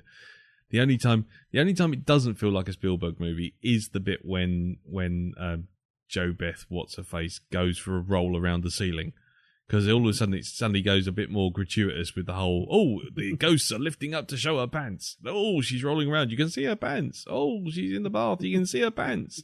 It's just like, yeah, this is more horror movie director sort of territory for the 80s. They have to be sort of naked and rolling around. But for the most part, it's so Spielberg, it's not even funny. So I don't know why Toby even had the gall to leave his name on that fucking credits. I mean, he must have been paid so much to save Spielberg's arse from being sued while making E.T. But then again, if you sat someone down and showed them some Spielberg, then Goonies, Back to the Future and Gremlins and Poltergeist, they'd all say they were all by Spielberg because his influence is very strong. Yes. I've heard it said, the thing with working Spielberg is you can come and play with his trains, but he's driving them. Yeah. Yeah, and he's got the hand on the plug. Yeah. Yeah, exactly. Yeah, but I mean in some ways, yeah, you can see all those kind of zoom moves that all the cameras do, that and always zoom with a lens flare and that kind of stuff. Though, and as much as I hate to correct you, Jim, it wasn't John Williams doing that score. Oh no, it's Jerry Goldsmith. Jerry Goldsmith, that's right. Yeah. It's the only bit I feel confident about talking about is film scores, so I'm okay I'm on safe ground with that one. But yeah, even that, as you say, is like plagiarizing a Williams score. It feels like a Williams score because Jerry Goldsmith would be a bit more strings led normally, be a bit more wee normally, but he's trying to be John Williams, who's this is very the John Williams. Yeah.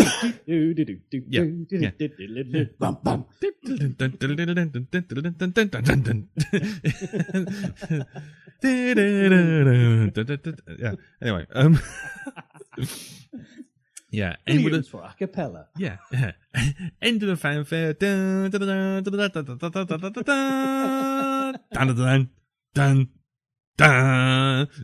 There you go. That's John Williams. Anything else just has the good grace to end 5 minutes earlier. Yeah. So I enjoyed it, and I think I'm with you on that whole thing of like it's more of a fun house ride than it is an actual. Excuse me. It's more of a fun house ride than it is an actual horror film. There's things like the clown, which I thought was quite effective until this time round when I saw it and it was crept up behind Robbie, and it's like there's that initial shock, but then when you see it and it's sort of dragging him under the table, under the bed, and it's like then it's just forgotten about, and it's like oh all right then, wasn't he? And then next thing you see, he's ripping it apart. But yeah, I mean it was more fun than it was horror. And you have to remember this went out as a PG in America. Yeah. Yeah. In Britain, it was an 18. In America, it was a PG. Yeah. And it was part of the reason, because Spielberg had got away with the heart pulling out scene in Temple of Doom, which was actually snipped from the British version. Wasn't that in? But that was after though, wasn't it? That was 83. Sorry. Yeah. Well, I can't think my timeline's wrong. But, No, it's all right. It's all right. It was in the light of that. I think it was the heartbreaking scene where the MPA said, "Look, Spielberg, Yeah, you know what? after the face pulling, the heart pulling out, we've got to tighten up on what a PG is in America." Yeah, exactly. Can I just say, going on that tangent about the heart pulling scene from Temple of Doom, there is a nice little tribute to that in Cloudy with a Hint of Meatballs, which is quite funny. You got to see it. Okay. All right, no, fair enough. I've never seen it, so I don't know. You've not seen it? No. It's a great film. That. So, yeah, I mean, I enjoyed it. I think it's got that sort of 80s funhouse mentality that, like you say, like Goonies has, and that sort of thing. You know, right down to the final scene with, like, you know, they all go in and the music's all playing, and then all of a sudden it's like out comes the telly at the very end. Sort of like everything's kind of got its serious side, and then it's got this kind of it's only a laugh. We're all having a bit of a giggle, and you know, and it just felt like the same sort of ghosts that would inhabit an Indiana Jones movie. They're not scary enough to be proper, I don't know, Ring or, you know, wreck style monstrosities. They're more sort of they're just having a laugh. You know, there's some bad stuff happening here, but it's not really. You never really feel like anyone's in danger. Well, the only person who dies is Tweety, the bird. Yes, and then he's immediately dug up by the dog, which made me laugh. But yeah, well, more than that, it's actually dug up by the workman. When the bulldozer goes in, you see the fucking box slide down the mound of earth. That's right, which is also quite amusing because that's kind of symbolic of what's going on later on, isn't it? With the whole the graves and everything. Foreshadowing all. Yeah, exactly. It's a nice little bit of foreshadowing there, and it was also nice to see Billy from Predator chatting up the daughter. Yeah, the rapey workman. Yeah, rapey workman. So, yeah. That was a bit weird. Overall, I enjoyed it. I didn't find it scary. The face ripping scene, which I had so much fond memories of being sort of terrified by, the effects really don't stand up to modern day by any means. And yeah, and sorry, Darren's just pretending to do it right now in front of me, and it looks like he's stuck his face into his chin. And then there was also the bit with the meat. When the guy, just before he pulls his face off, he looks at the steak and it crawls across the table. And it just reminded me of that cheese from Naked Gun. Exactly. Do you remember that scene, Jim? When in the Naked Gun, it's like, Mr. Wong's, I thought they closed years ago. And it's kind of crawling across. That's a nice little end to that scene. It's just that very subtle, you see it just slowly edging its way across the countertop. But overall, for its cheesiness and for its weird moments, and it's clearly it's 80s based. I did have fun with it. I just sat there and I just thought it was fun. There was things that were clearly insane about it. I mean, you know, the scientists, you know, they say they know what they're doing, and then the next thing they do is bring a clairvoyant. You know, who looks like she's come off the Home Shopping Channel, and you know they really actually don't know what the fuck they're doing. You know, especially Ray Parker Jr., who'd much rather sit there, not watching the camera as it moves around. Yeah, actually listening to the soundtrack from Ghostbusters. Yeah, I can wait forever. So, you know, there was some clunky bits, but I put that down to the dating of the film rather than a problem with the film, if you know what I mean. I think, you know, back in the 80s, that was kind of like a sort of, whatever. And so I can't really hammer it for that. So I, overall, liked it. It's been a while since I've seen it. It's, you know, it's not as strong as in its shocks when they do happen as it used to be. And certainly that tree, which caused me all sorts of consternation when I last saw it, when I was a lot younger. Yeah, that didn't bother me this time because it just looked like a Muppet eating that kid. But overall, I had fun. I didn't come away feeling like I'd wasted my time. I sat there thinking I'd watched all the horror bits of an Indiana Jones movie, but in a family home. That's probably about it, really. So, well, the thing is, one thing I noticed actually on this view is that how much it is actually the story. It's geared towards a young audience. Yeah. Because, the kids' bedroom, you've got the Rubik's Cube, you've got the Star Wars figures, the Darth Vader carry case. It really goes out of its way to go for things that are familiar to kids and also do things that scare kids, like meeting trees and clowns. Yeah. I think there was a bit of controversy where the Star Wars toys were concerned. I don't think they were actually supposed to be in there. They were put in at the last minute, I think, from, if I remember rightly. I've heard something about those. Really? Yeah, they weren't meant to be so heavily, wasn't meant to be so in your face with the Darth Vader poster and shit like this. I think it was a last minute decision. I'm not sure. I do remember something said about that. But I mean, going back to the kids thing, I mean, the whole thing of like the clown and the tree and everything else like that was all included in the screenplay by Spielberg again. Because that was what scared him as a kid. So you're probably gone to something there, Jim. It probably was more of a horror film for kids, which in some ways reminds me of. Do you ever see that Joe Dante film, The Gate? Yeah. With where they have the ghost of the repairman in the walls and all the little imps. That's it. Yeah. Yeah. Yeah. It's the same sort of thing. It's just hard enough to be kind of scary in places, but it's not hard enough to be like what I'd call, like fucking Pumpkinhead or, Near Dark or something like that. It's, it's just on that sort of, it's like teenage, it's like those teenage books that are out there, teen horror books. Goosebumps. Yeah, exactly. Just that little bit on the hard side, but not so far that it's kind of actual Stephen King or Sean Hudson or something. Yeah. Yeah. But anyway, so that's our feeling. Now, over to Mr. Scowley over there. Scowley? You are Scowley. Because I've got a bit of a neck thing going on. Oh, all right. Sorry, dude. Ooh. That's all right. No, I don't know what's going on there. But arthritis, that's what that is. Yeah, that's what it is, yeah. I think Poltergeist is a great supernatural comedy. I really do. It is. It's a comedy. It's like you say, it is a kid's... It's nothing more than a Goosebumps episode. I'm sorry, there are people out there who were... I can think of one or two who probably will say they were traumatized by it, but as in, and still are. But I personally, I couldn't take it seriously. There's too much comedy in there. There's even things like when his boss shows up and he manages to shepherd him out of the room just as the table is like moving along in the background and shit like this, And there's this whole thing of them feeling a sense of wonder as the chair moves across the floor. When most people will be like the reaction of the dad, which is, what the fuck? Yeah, exactly. Not putting a fucking football helmet on their child and firing off like a fucking missile.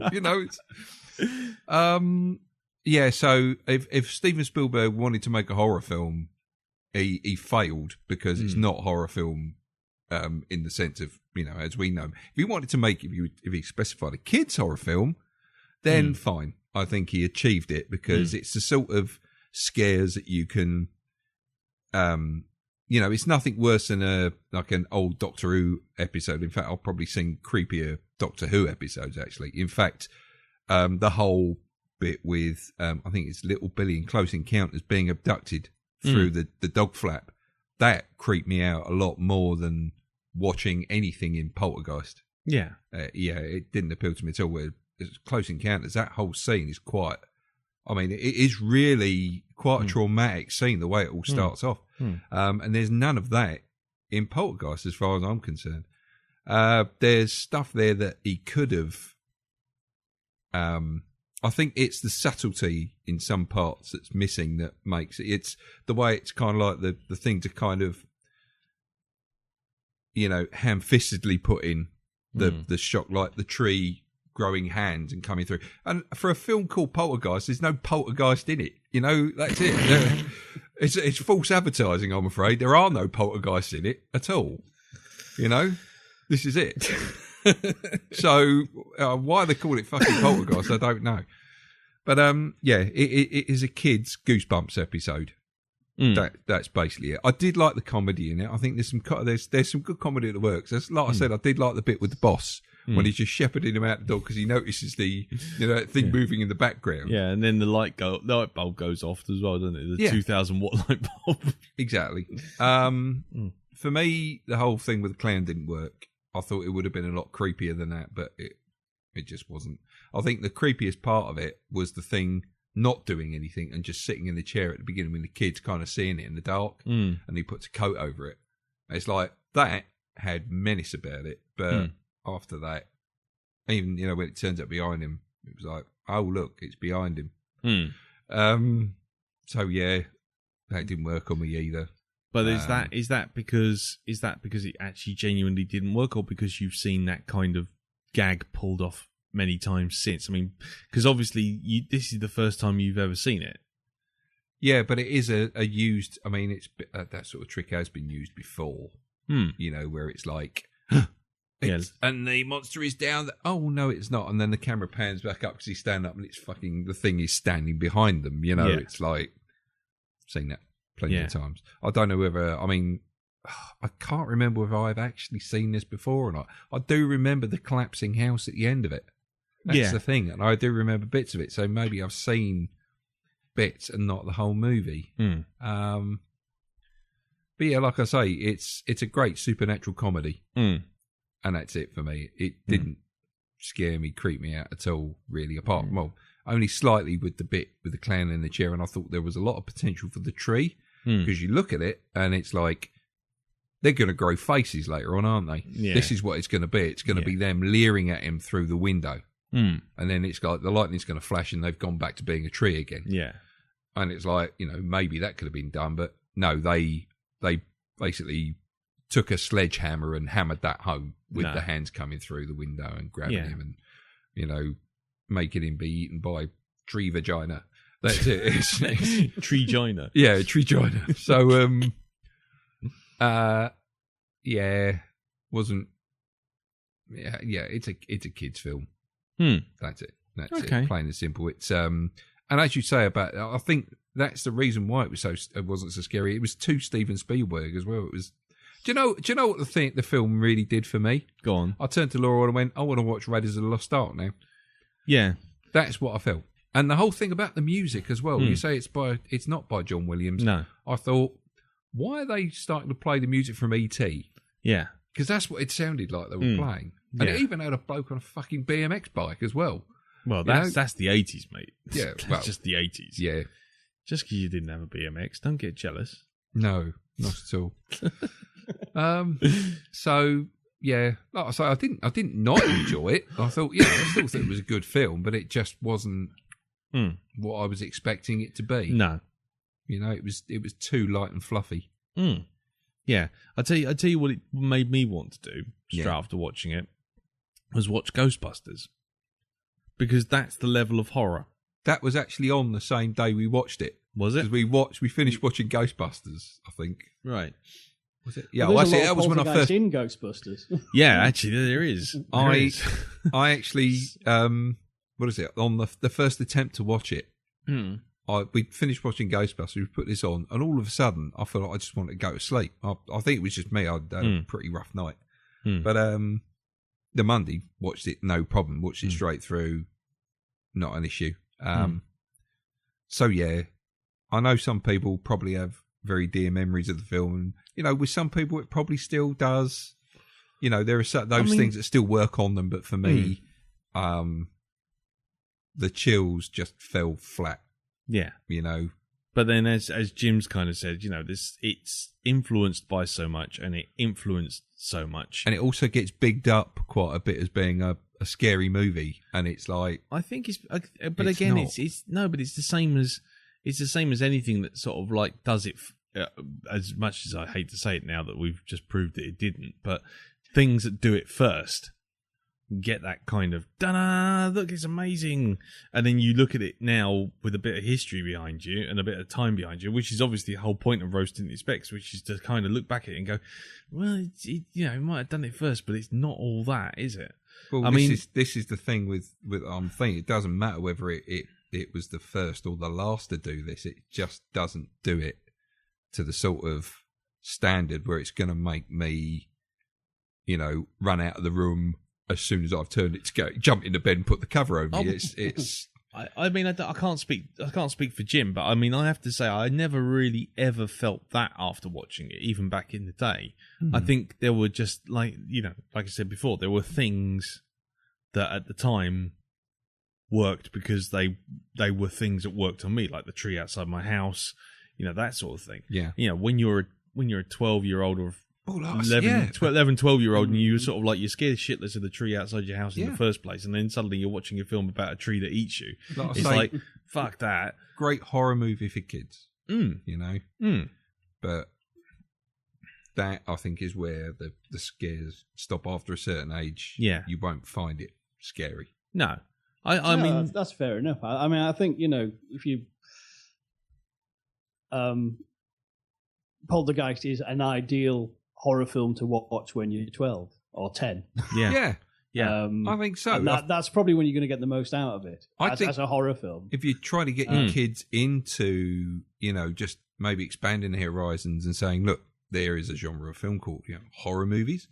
Have a look at this, see what you think. And I think, all right, fine, it might give some kids nightmares, but I think it's a nice... I think it's a great way of introducing kids to. It's a gateway drug. It is. It is a. If I think if they like it and they want to go back for more, I think this movie will provide that. And like I say, there's nothing worse in this than you would see in a Goosebumps episode. And they show that sort of thing on CTV or CITV. I don't know about the pulling the face off. I mean, as shit as you might have thought that effect was. Yeah. I mean, the only thing I would say about just the way the shape of his head changes from one shot to when he's like, he hasn't even pulled the skin off, and it's like, it looks like somebody's taken the air out of the bottom of his face. Yeah. He's gone all Tommy Wiseau. He's turned into a haunted melted candle. Yeah, but then again, look at something like the Terminator. When he does the Terminator is the same, and so is the end of Raiders. You know exactly now, watching as an adult, when the dummy comes in. Yeah, exactly. And I think it's the arms as well, because you know how you can do that trick where you put your arms behind your back and somebody comes up behind you and puts their arms through. Yeah. And then that's called rape, Dal. Don't worry, just accept it. It happened, man. Oh, good Lord. But you know that effect when the arms don't quite look right. Yeah, it's like the Harry Hill effect, isn't it? Exactly, big shoulders, little arms. Yeah, and the elbows don't quite match. No, the bends. So, that was quite sort of like that was a bit off-putting. Yeah, I mean, we can't knock at the effects by the rules of our own rules, but yeah, it did stand out. I'm sure there were better effects than that being put in to films. 82, don't know. 82 is a bit... It's an ambitious effect for 82. Yeah. Really? Yeah. Because the Terminator, when he takes his eye out, that has the same... Yeah. Oh, it's a stand with some puppet suddenly. Yeah. That's looks like 80, Arnie. isn't it? Isn't it 1980, Terminator? Just trying to think. 80 or 81. And then you've got... I mean... Well, let's just think what happened in 82. The only film which is still relatively, stands up relatively well today, which came out in 82, is The Thing. When did Alien come out? Alien came out in 78, 79. Well, there you go. Yeah, but then again, when do you see anything even remotely like that? We've got the whole thing with Ash. When he gets ripped in. And his head fucking that bit when it switches from the big plastic wobbly head with cornflakes on the bottom and the marbles, and then all of a sudden it just cuts. It just obviously, because that's what androids are full of, marbles and cornflakes. Exactly, and then it's a fact. Exactly. Here's my design to a humanoid machine. It needs marbles, cornflakes, and some spaghetti. There you are.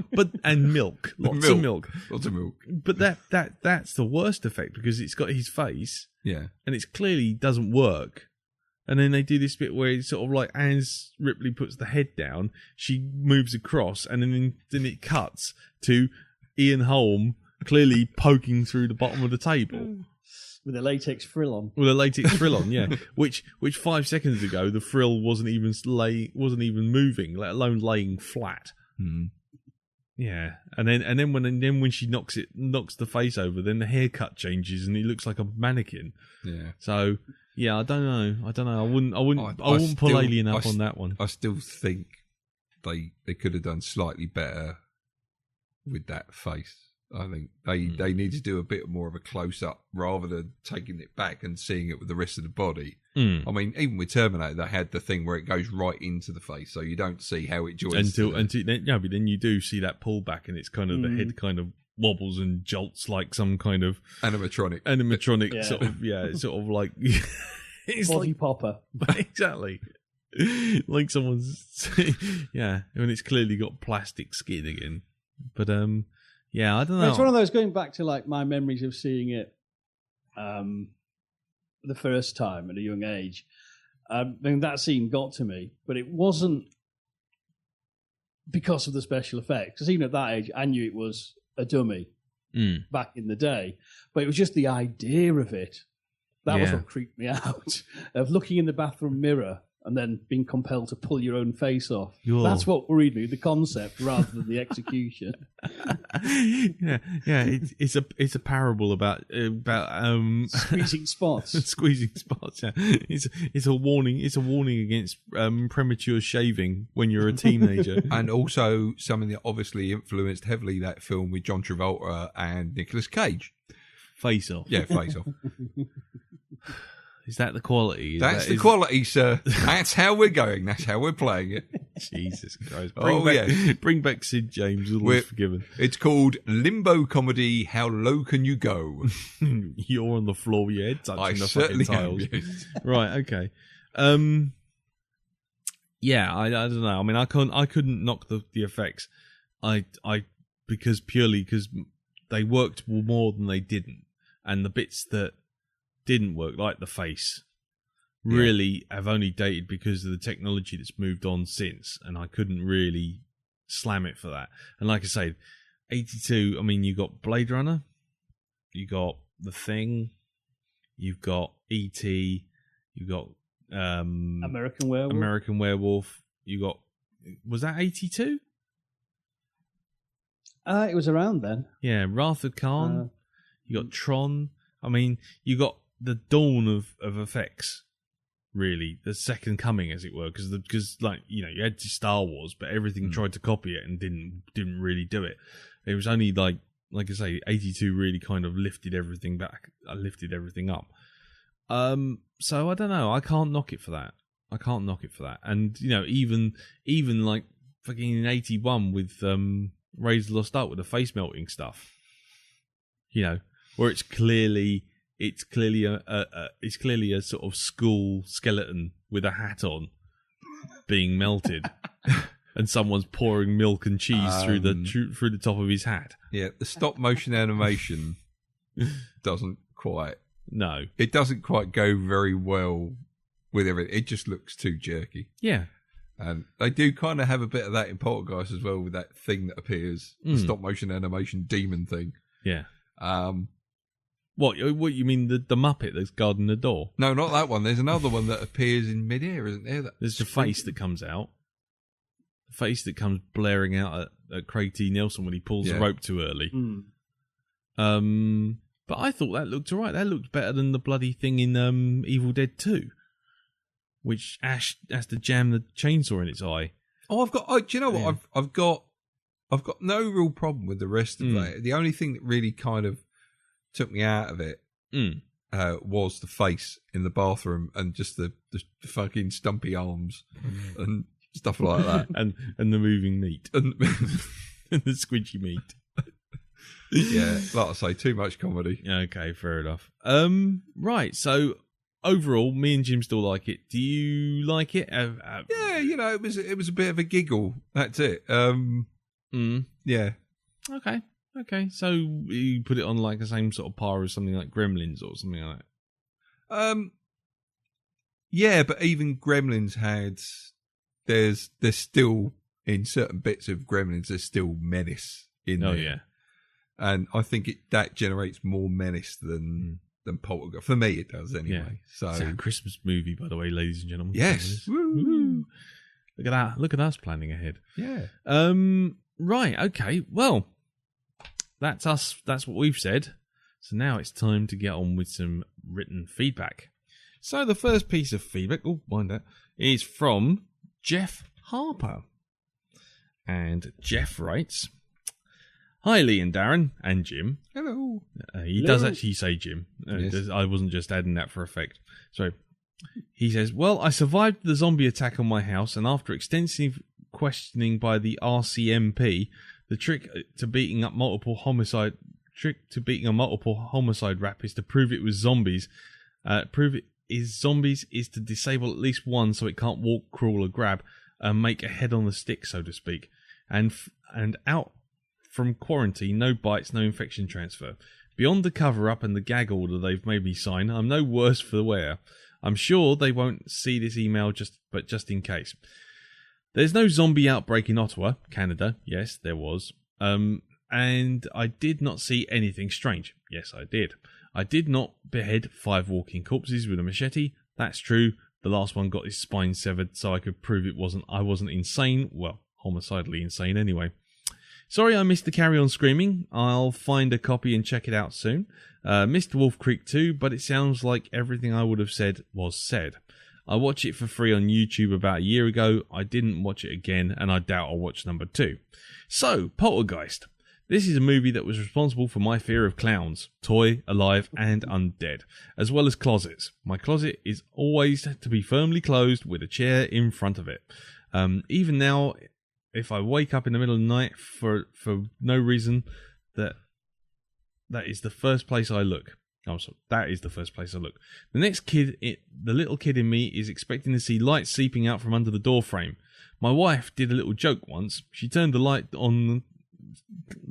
the light, closed the door, and got back into bed and woke me up. My heart skipped a beat or two, and then she laughed. And then I told her that if we ever do get haunted by a poltergeist, I'd chuck her into the closet, run out, grab our girls, and run. I still really like the storyline. Mr. Incredible does a great job of showing stress in the situation, and I thought too bad he didn't get to play Jack Torrance in The Shining, as he would have been great for the part. I also felt that they had some good regular family stuff going on. Kids making fun of each other at the breakfast table, mum and dad smoking pot in the bedroom, leaving the TV on all night, the eldest daughter making a comment that she's already been to that hotel that that they've been running to, and then she shows up at the end of the movie with a hickey on her neck. That's very true. She does. Yeah. One thing I never noticed before watching this movie is that none of the houses had basements. When Steve and his boss are on the hill, you see all the foundations down in the valley, and they look like flat slabs. Thinking on this now, it now makes perfect sense since none of the bodies were moved. One niggle though, I couldn't help but think that the psychic really should go back to the other houses after she's cleared it, and see if any of the others had any reoccurrences, or maybe the house was clear and the ghost was just having a pool party until she left and then came back into the house. I'm sure there was asbestos in the walls as well that block her psychic abilities. Best line in the movie for me: "Help me tie this around my waist. What do you think I'm doing?" What do you think you're doing? "I'm going in after her." "She won't come to you. Let me go." "You've never done this before." "Neither have you." "You're right. You go." Well, I'm going to sign off now. It sounds like my youngest is in her room talking to her imaginary friends again. It's a little creepy now that she's always looks at one corner as she speaks with them. Weird thing is that our dog also stares in the same corner with the paws in the air. It's probably nothing, all right? Anyway, cheers, Jeff. Thank you very much for that, Jeff. Thank you, Jeff. Thank you very much. Yes. That's a good point. I would actually like to have seen Craig T. Nelson as Jack Torrance. Yes, definitely. That would have been good because, Yeah. as is often stated, the trouble with Jack Nicholson is as soon as you see him on screen, you know he's fucking insane. Yeah. I'm just a normal guy. It's like, yeah. It's all right. He saw it on the television. Yeah. Yeah, you don't understand the stress I'm under. Yes, it's like, yeah, right, fine. Jack's gone, bye-bye, he gone. What have you got left? Right. So the other interesting thing you raised is the parents smoking pot, which is when I first saw this, I never picked up on it. But watching it as an adult, you do get this sort of being pieced together this backstory for the Freelings that, you know, they were hippie dropouts, and then she got pregnant with Dana. Yeah. And then he had to get this job in real estate. And there's lots of callbacks to kind of, you know, remember when you used to have an open mind? Yeah. There is a lot about kind of Spielberg. You're saying something about suburbia. Yes. Yes, exactly. I mean, it's quite funny because, I mean, are you possibly suggesting that it's a kind of Inception style thing, then the whole thing kicks off after they smoke the pot? Oh, well, I've not thought of that. They don't actually, they haven't got a clue. The pot's the gateway drug and they've completely lost their minds. All of this is just going on their heads. They're just zoned out on a bed. That could be quite good, actually. Actually, didn't they do that with Shutter Island? or am I missing it completely? Sorry, spoilers for Shutter Island. Anyway, Jim, you have some feedback there, sir. Yes, I do. And from Mr. Sean McGowan. Of the Question Podcast. Indeed. Cool. She hosts with His Lovely Life, Melissa, and I do thoroughly recommend you listen to. Yes, definitely. Indeed. And they're doing a Extra Life charity thing, playing for 25 hours on the 2nd of November. So if you do happen to know Sean or can go to the Question Podcast website, which is thequestionpodcast.com, you can find out more details of what they're doing and maybe donate to their charity, which they are doing 25 hours of game playing for. Anyway, but we digress. So, Jim, what does Sean have to say? Sean writes, "Hi guys, long time no feedback. I don't know if I'm late or not, given that you guys are a week ahead of us on the time change and maybe recording earlier as a result. But if I'm late, it's my own damn fault for cutting it too close to the wire. Watched Poltergeist last night. As I've said in the past, I'm a bit of a Spielberg file. So this film is, of course, a big one for me back in the day. I've seen it a few times since childhood, and it's never failed to give me a good jolt. The trees, the bodies in the pool, and of course, the fucking clown. I've always enjoyed this film, despite it being the kind of scary movie that I don't normally enjoy. I like the psychological horror films, not the jump out at you, catch you off guard types. Primarily because the former are usually endlessly rewatchable, and the latter tend to lose their power once you've seen it enough times to know when the jumps are coming. That said, this one still works, because there is a psychological element to the scares. Who doesn't remember being a scared kid and being scared of really stupid shit, like a tree, because of the way it cast its shadow or looked in a certain light? Yes. And of course, fucking clowns. Poltergeist is good at delivering a good nostalgia scare, even after all these years, and I found myself enjoying it quite a bit. Yes, it does seem a bit dated, but the performances are strong, the story is well told, and for a late October night scare, one could do a lot worse. So, thumbs up and pressed firmly against the TV. Sean. Thank you very much for that, Sean. That's very good. Sean. And well read as ever, Mr. Moon. Yeah, I mean, yeah, exact. Fucking clowns. That's maybe what we should title this. Fucking clowns. What is it with clowns? Why do we hate them? I think David Quantick summed it up best. He said, large mouth with too many teeth, white skin, orange hair. They look like dead people, essentially. Nice. Yeah, and they have to paint happiness on their faces to mask what is clearly a very depressed person inside. Okay, fair enough. Well, thank you very much for that, Sean. It sounds like he likes it. I completely agree. I didn't find it as scary, but I did get traumatized by the whole tree thing long ago. Right. Okay. Well, next piece of feedback is from Martin Thompson, and Martin writes, "Hello, Lee, Darren, and Jim. Poltergeist is one of those classic movies which I've never seen before. The film is slower than I expected. From the way you guys were talking about it last week, I thought it would be set over one hellish night for the family, much like the final 20 minutes rather than the few days. If I had watched this when I was younger, I know I would have definitely had it scared the crap out of me. Watching it now, I couldn't help thinking it was a Family Guy parody. Even though Tobe Hooper directed it, this feels like it has Spielberg's fingerprints all over it, especially the portrayal of small town life such as the remote control wars. I quite like that, actually. Changing the remote controls over the fence. The film is a lot funnier than expected too. Spielberg certainly gets his nods into his pal Lucas with the kid's bedroom covered in Star Wars merchandise, although I'm not too sure about the Alien poster would have been appropriate.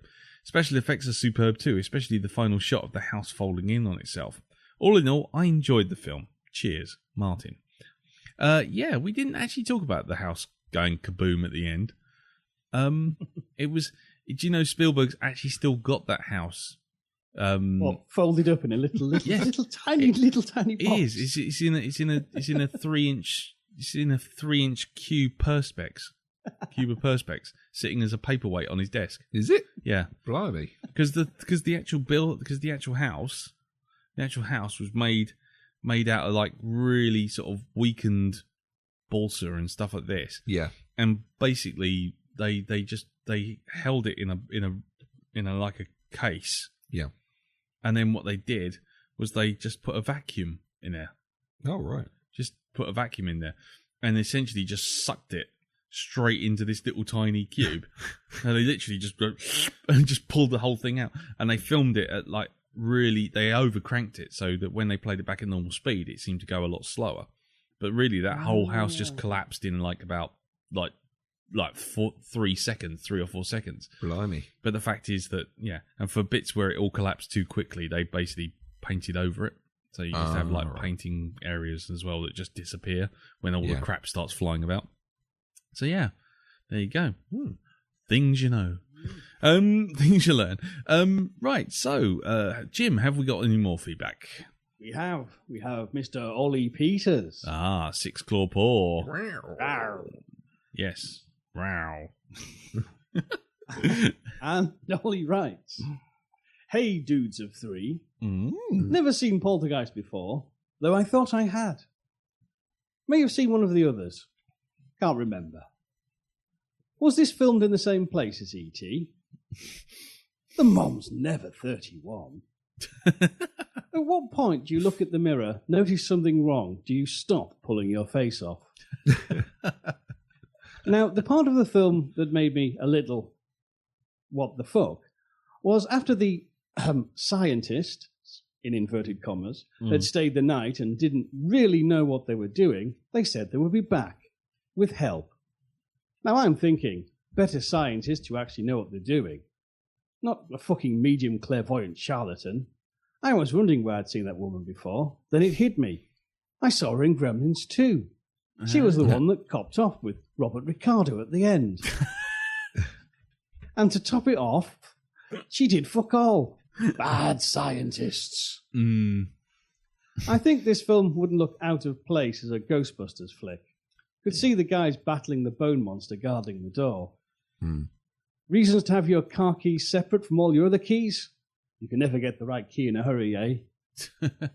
Really made me giggle at the end as the TV is pushed out the door and the tree eating the kid. That clown was a bit creepy pre-attack. The film was good, with the exception of the goblin specialist. But if you think about it, none of this film actually happened. They were both so stoned that they dreamed the whole thing. There you go. Hey. So, till next week, 5 out of 5, bitches. Well done. Congratulations, Ollie. Don't worry, you don't have to do any more horror films. No. Till next year. Yes. And then we up the level.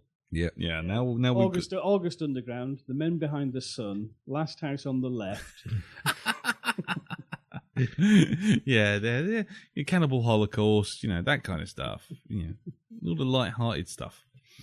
Right, okay. Well, thank you again for that, Ollie. And yeah, she wasn't much of an expert. Stay away from the light. And then it's go into the light. It's like you're just making this up as you go along. Anyway, so our last piece of written feedback is from Captain Inappropriate. Yeah, he short and sweet from the good captain, wherever he may be. To think. I'm just going to read this out. I have nothing to add or contribute to this. Hello, my lovelies. I'm pressed for time as I'm breaking in a new sidekick, so I'll rattle off a few quick thoughts about this week's film. Point 1. It's very sad to know that the little girl who played Carrie Ann died at the age of 12. We were denied seeing her statistically probable post-child actress downfall and the porn classic that would never be, Poltergeist. Oh, God. Point 2. Fucking white people. Cheers, Cap.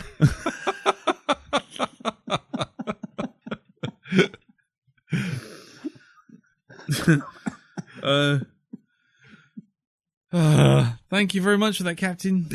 Hope you're breaking the sidekick in nice and gently. And we hope to hear from you soon. Right. Do you have any more, Jim, or was that it?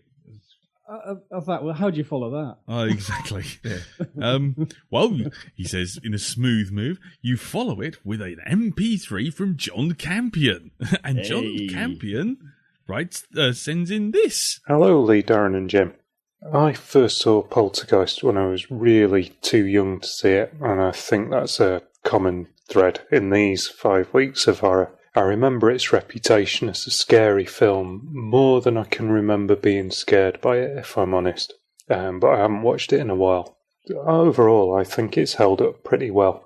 Oddly, it's some of the practical effects that look dated to me. There's the spectral death's head coming out of a door in one scene, where it looks just to have too much weight, and it moves a bit like a scare on a ghost train would move.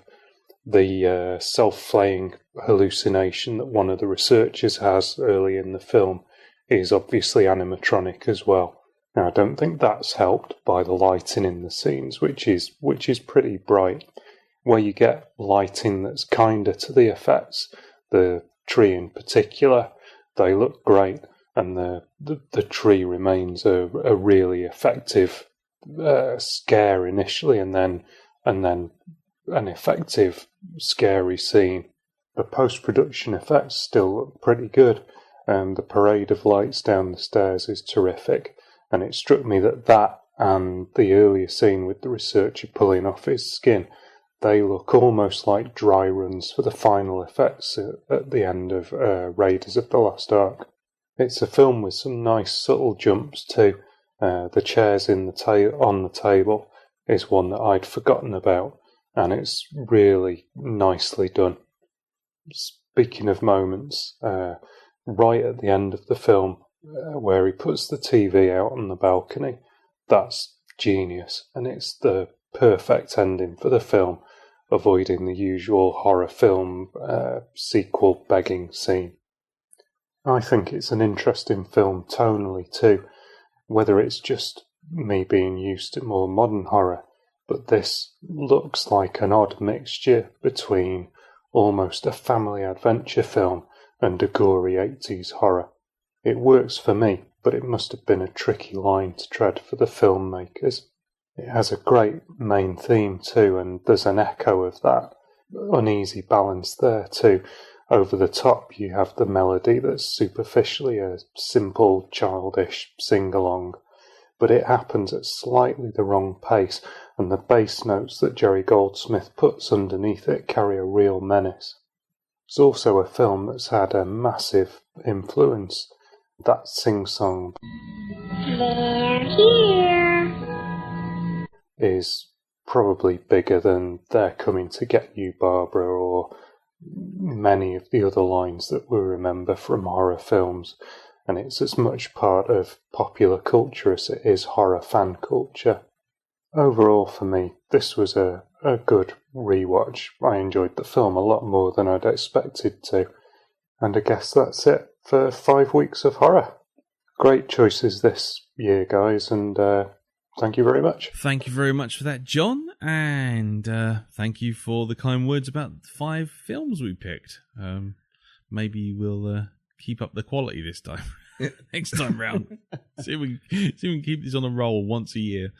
Yeah, the thing with the chairs on the table was really well done, because what they actually had was like 5 or 6 assistants just waiting off set, and as soon as the camera started to move away, they were literally moving in to take all those chairs away, and then there was another bunch with the pre-assembled chairs. Yeah. Coming in, lifting the whole lot in and dropping them down in one lump. But it was like, it had to be crackerjack timing. And literally, Jo Beth, what's her face, whose name I can't remember, didn't know how long they would take to do the table. So literally what was happening was she'd do the take, but she's down by the cupboards. Yeah. So she can't see what's going on. So she has no idea whether or not she's going to come up and they're done, or they're going to come up and they are not done, and the camera's having to track on her. Yeah. So it was a bit like, yeah, that was a really nice effect. Very good. Yeah. What else? Well, yeah, I mean, I don't know. I think, the whole film is a fairy tale. It is a fun action adventure. Yeah. And yeah, the final scene with the TV being rolled out. It is that whole sort of, no, you're not getting another fucking sequel. This is it. We're throwing the telly away. That's the end of it. Which makes the sequels even worse. Have you seen the sequels, guys? I've seen number 3. Ooh. Yeah. With the old bloke who's like the preacher. Yeah. Yeah. Yeah. And what about you, Jim? Yeah, I've seen both of them for my sins. Oh, dear. Yes, indeed. Yeah. I saw the second one. I never saw the third, because the second one was shit enough. The third one's a travesty. Yeah. The only reason I watched the second was because I read a Starlog interview about it. Bloody Starlog. Starlog? What's wrong with Starlog? No, just making you watch number 2. Oh, right, yeah. And smelt very much like the number on the title. Yeah, it had a bit of a log, yeah. And they had an interview with H.R. Giger. Oh, right. Because he designed the worm that comes out of Craig T. Nelson. Oh. And it's like, well, this could be really cool. And then I realised that just because the artist is good doesn't mean to say that the director is particularly good. And it was shit. Right, anyway, thank you very much again for that, John. And like I say, thank you for the kind words about the 5 weeks of horror. Hopefully we can keep the quality coming at some point. He says with a wry smile, knowing that that's not possible. But anyway, and now it's time to move on to our last piece of MP3 feedback, and that is from Herc, way over in Canada or Canada land. Yeah. Canada. Yeah, that's a lot. Canada. No, sorry, wrong film. So anyway, let's hear what Herc has to say about Poltergeist. Hello, Lee, Darren, Jim.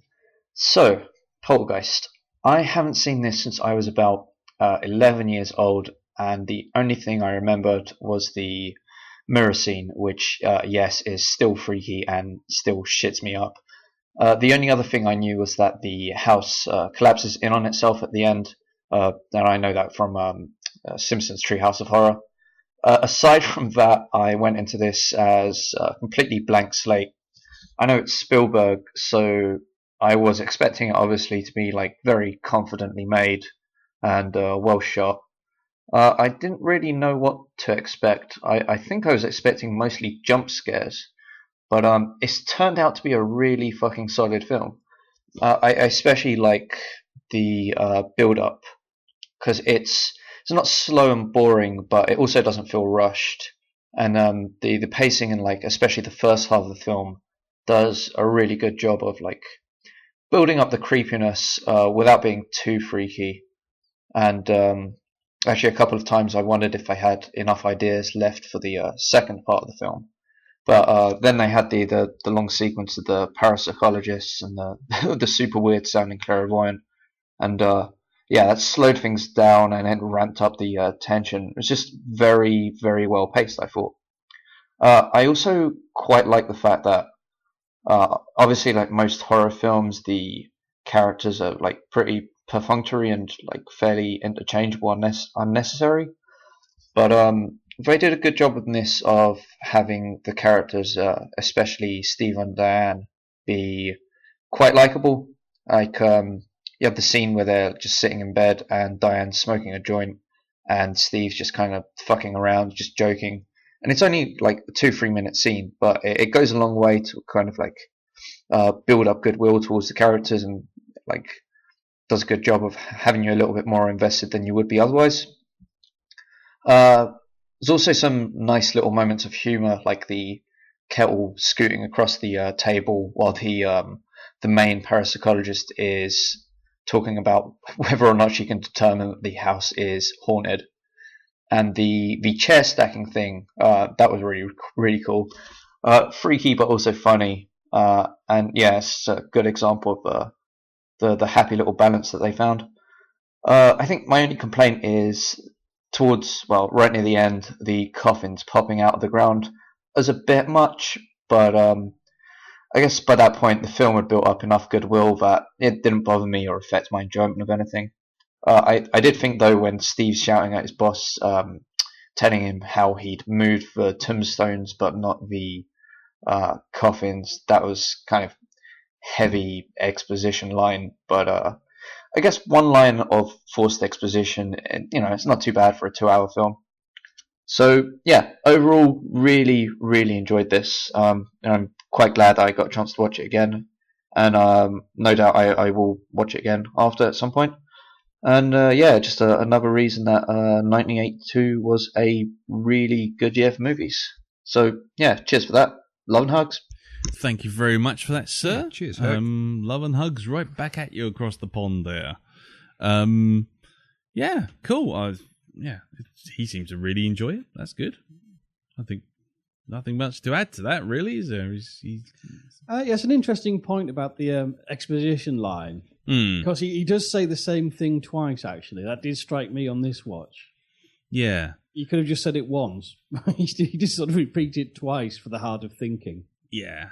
I mean, to be quite honest, it was kind of... thinking back on it now, the only thing I would say about that line, apart from being extremely clunkily delivered, is that it kind of... It almost gives you a reason for everything happening, and yet the truth of the matter is that doesn't lead anywhere. Because if that was the case, then surely it would be happening in every house. And to me, that's kind of like it's kind of like explaining something, but for no real reason. You know what I mean? Well, this isn't it that the ghosts were because Carol Ann was born in the house. She attracts all the ghosts. Yeah, which is but fine. But you do have then where the beast comes in and. And it's kind of, we're getting to the famous motivational poster for the Blackdog here. Yeah, shut up. That's why. But yeah, to be quite honest, that was I mean, now I think about it, thinking on it, it's like all you're doing is you're putting a neat bow on the end of it and explaining something which, in some ways, almost doesn't need explaining. It's just like it happened in that house, and really, that's the end of it. The whole point about the building on a burial ground, you could have just easily said that and just left that as is in the in that scene when the boss basically takes him up to show him the new development. Yeah. And it could have just been left there, and it could be left slightly ambiguous. But that whole, this is why it's happening. That's why it's happening. Yeah, it was just like, okay, fine, never mind. But then I guess in the other way, also what it does is it does draw a line under it. It's like as soon as you get away from that place, that cursed place, you're free. Yeah. Which makes part 2 and 3 even more redundant. But it does give you rocket-propelled corpses. Yes, who doesn't want rocket-propelled corpses? And who doesn't want a shit pool filled full of corpses as well?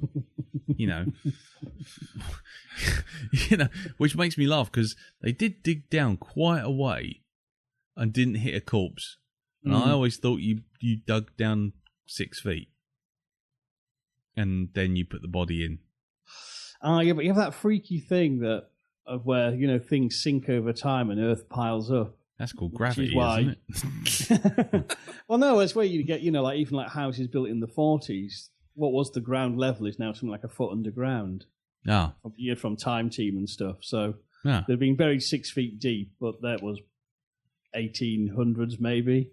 Yeah. And so there'd be another few feet on top of it, that just through natural processes. Ah, okay. Damn you in your blooming logic. That's true. Thank you, Tony Robinson and Time Team. You watch Time Team. I don't know what's more horrific. Oh well.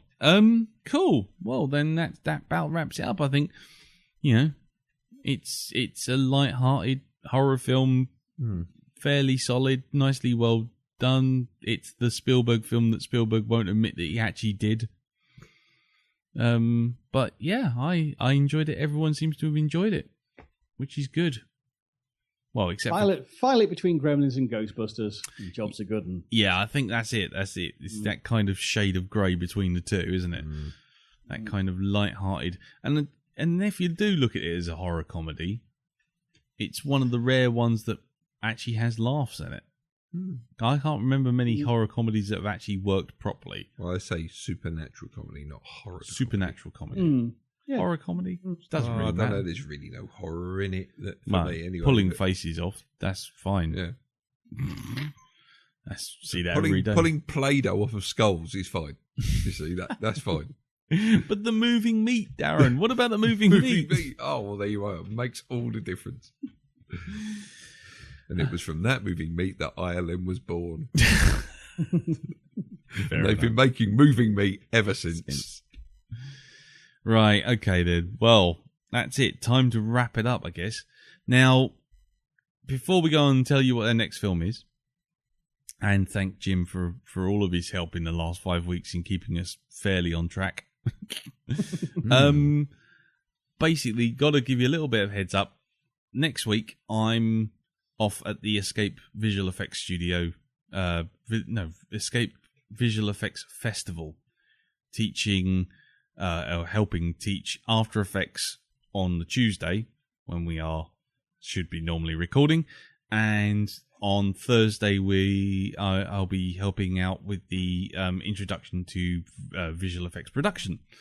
If you are even remotely interested in any of that stuff, then go to Escape Studios and look at the Visual Effects Festival, which is still going on, because they're also doing an exclusive screening of Gravity. Oh, wow. But I say exclusive because it's actually got people from Framestore doing a presentation at the beginning and showing off some of the stuff before the screening. Very good. So you can sign up for all of that stuff if you go to escapestudios.com and follow the stuff through. And if you do that and you do sign up, then do mention me in the old comments. So that never hurts. Never hurts. That's all I'm saying. Anyway, so I'm doing that next week. So we're not recording next week, but then the week after, some selfish bastard's going and having himself a holiday. don't think of the audience, man. No, of course not. Fuck off to the lakes. Damn right. You cock. I mean, like, you're not thinking of us. No. Jesus. Right. So anyway, because This is Darren... not a caring democracy. This is a dictatorship. So, Holidays happen when I say so. So next week I'm not in, and the week after it's me and Jim. Look at his face. Look at his little face. No. Anyway, the week after we're also off, so as to protect Darren's fragile ego. Joking. Don't hurt me. Anyway, so we're off. I have an egg box to hand. Be very careful. So we're off for the next 2 weeks, and we will be back on whenever that is in 2 weeks' time. Later. I think it's the 5th. The 5th of November is the week I'm off. Then that's 7 days later, which makes that the 13th or 12th. 12th of November when you're off. So it will be the 19th. The 19th of November we return. And when we do, we'll be returning with a film called Boys from Brazil, which stars Gregory Peck, which up until recently I knew nothing about. Oh, for fuck's sake. Will you just put a fucking sock in it? Seriously. Dude. Oh, man. Anyway. Yeah, it's a bit of a touchy subject, as you can hear over there. I'm joking. Do you know what it's like, ladies and gentlemen? It's like, you know, I mean, if somebody just taps you on the head once, that's fine. It's like you turn around and go, what? Now imagine, right, having your head locked in position and somebody's constantly tapping. That's called Chinese water torture. Yeah, exactly. Yeah, that's what that's like. Oh, dear. What? Getting all fine. Well, that means I can't really explain why you're getting upset now, because you get upset then, won't you? You will. Look, I can see it in your face. Anyway. I'm going to bring back a serial killer from the lakes. That's what I'm going to do. I'm going to let him loose in your fucking house. Okay. So, anyway, I've not seen this film, so I can't comment on my memories of it. So, Darren, you've seen this film. Yeah, many thousands of years ago. I remember bare bits about it, but I don't remember everything that went on it. Right. I keep getting it mixed up with the fucking Marathon Man with Dustin Hoffman in it. That's spooky. Is it safe? That's exactly that. Is it you as well, Jim? Of it. Yeah, because I nearly made a "Is it safe?" crack, and I thought, "Oh, hang on, that's Is it safe? Oh, that's a different film." That's Marathon Man, right? Yeah. Okay. With the drill sequence. Yeah. Laurence Olivier giving it the worst dentistry ever seen. Okay, well, okay, so neither of us have got any expectations of this film. Good, No. I've never seen it. The only thing I knew about it was Dobermans. That was it. That was all I know. Oh yes, there is a Doberman. Yeah. Now that's I remember. I think I remember what happens there. Okay. Yeah, it smarts a bit, that scene. Yeah. From what I understand, yeah, because that's the only bit my dad ever mentioned when I mentioned that film. So, yes, that's it. What about you, Jim? I mean, obviously, you're more than welcome to join us on it, but, if you've got other things to do and be getting on with, then we'll just accept feedback over the ether. But, I'll have to get back to you. I might be busy that week. I'm not sure. Okay, fair enough. Well, in which case, what? Just to wrap it up, have you seen this film? Like Darren, many thousands of years ago, and I have hazy memories of it. It's one of those films that I seem to remember I watched because I heard it was like a classic, and I think it was well past my bedtime, watching on a dodgy portable TV, and I was probably a bit too young to really appreciate the kind of thriller it is. Yeah. I mean, yeah, I genuinely have never seen this film, so I really don't know.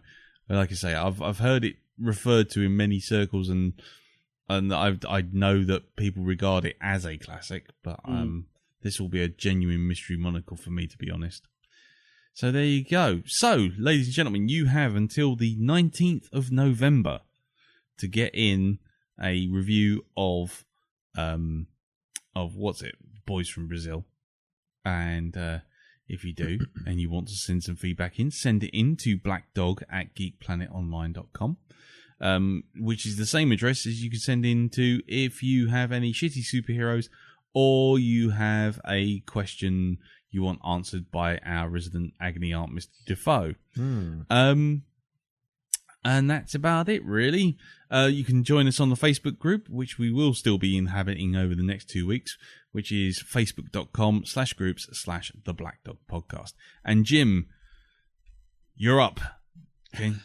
Right, you can hear me. Well, currently been doing every week on Hypnobobs, as it's October, which is kind of Christmas for the horror community.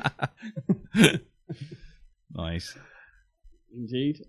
You can also hear me talking Legend of Seven Golden Vampires on Earth2.net, the show 666, which is that site's Halloween extravaganza. And there's a lengthy segment where I discuss this bizarre mashup of where Hammer met the Shaw Brothers and created Kung Fu Vampires with Peter Cushing. Nice. Discussing it with Mr. Ian Wilson and Mr. Dave Probert. Nice. What else? Oh, yes, I have 2 audiobooks available on Bandcamp, one for free and one for very cheap, which is hypnagoria.bandcamp.com, I believe. Yes. And, yes, may I say your paid for book is very, very good. I would recommend it to everyone, especially if you listen to this before Halloween. It's an absolute perfect night listening book. Just like I say, just don't. Well, maybe you want to keep one light on. It's probably a good idea. Just one. Yeah. Speaking from experience, but walking from one room to the other while having your eye device, as it were, with your headphones on and your sound cancellers, and then you walk across like a darkened landing. Not a good book to be listening to when you're doing that.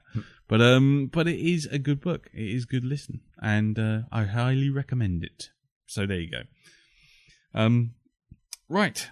Well, that's it. I think it's time to wrap it all up. Time to put away the horror for another 12 months. Put it back in its shoebox. Put it back in its little box.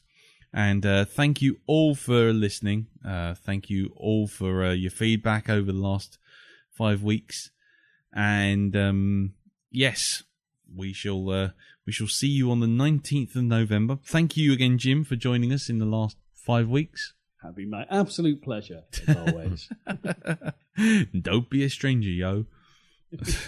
and there. So we'll speak to you all in 2 weeks' time to join the boys from Brazil. Until that time, we'll see you soon. Take care and tatty bye. Bye.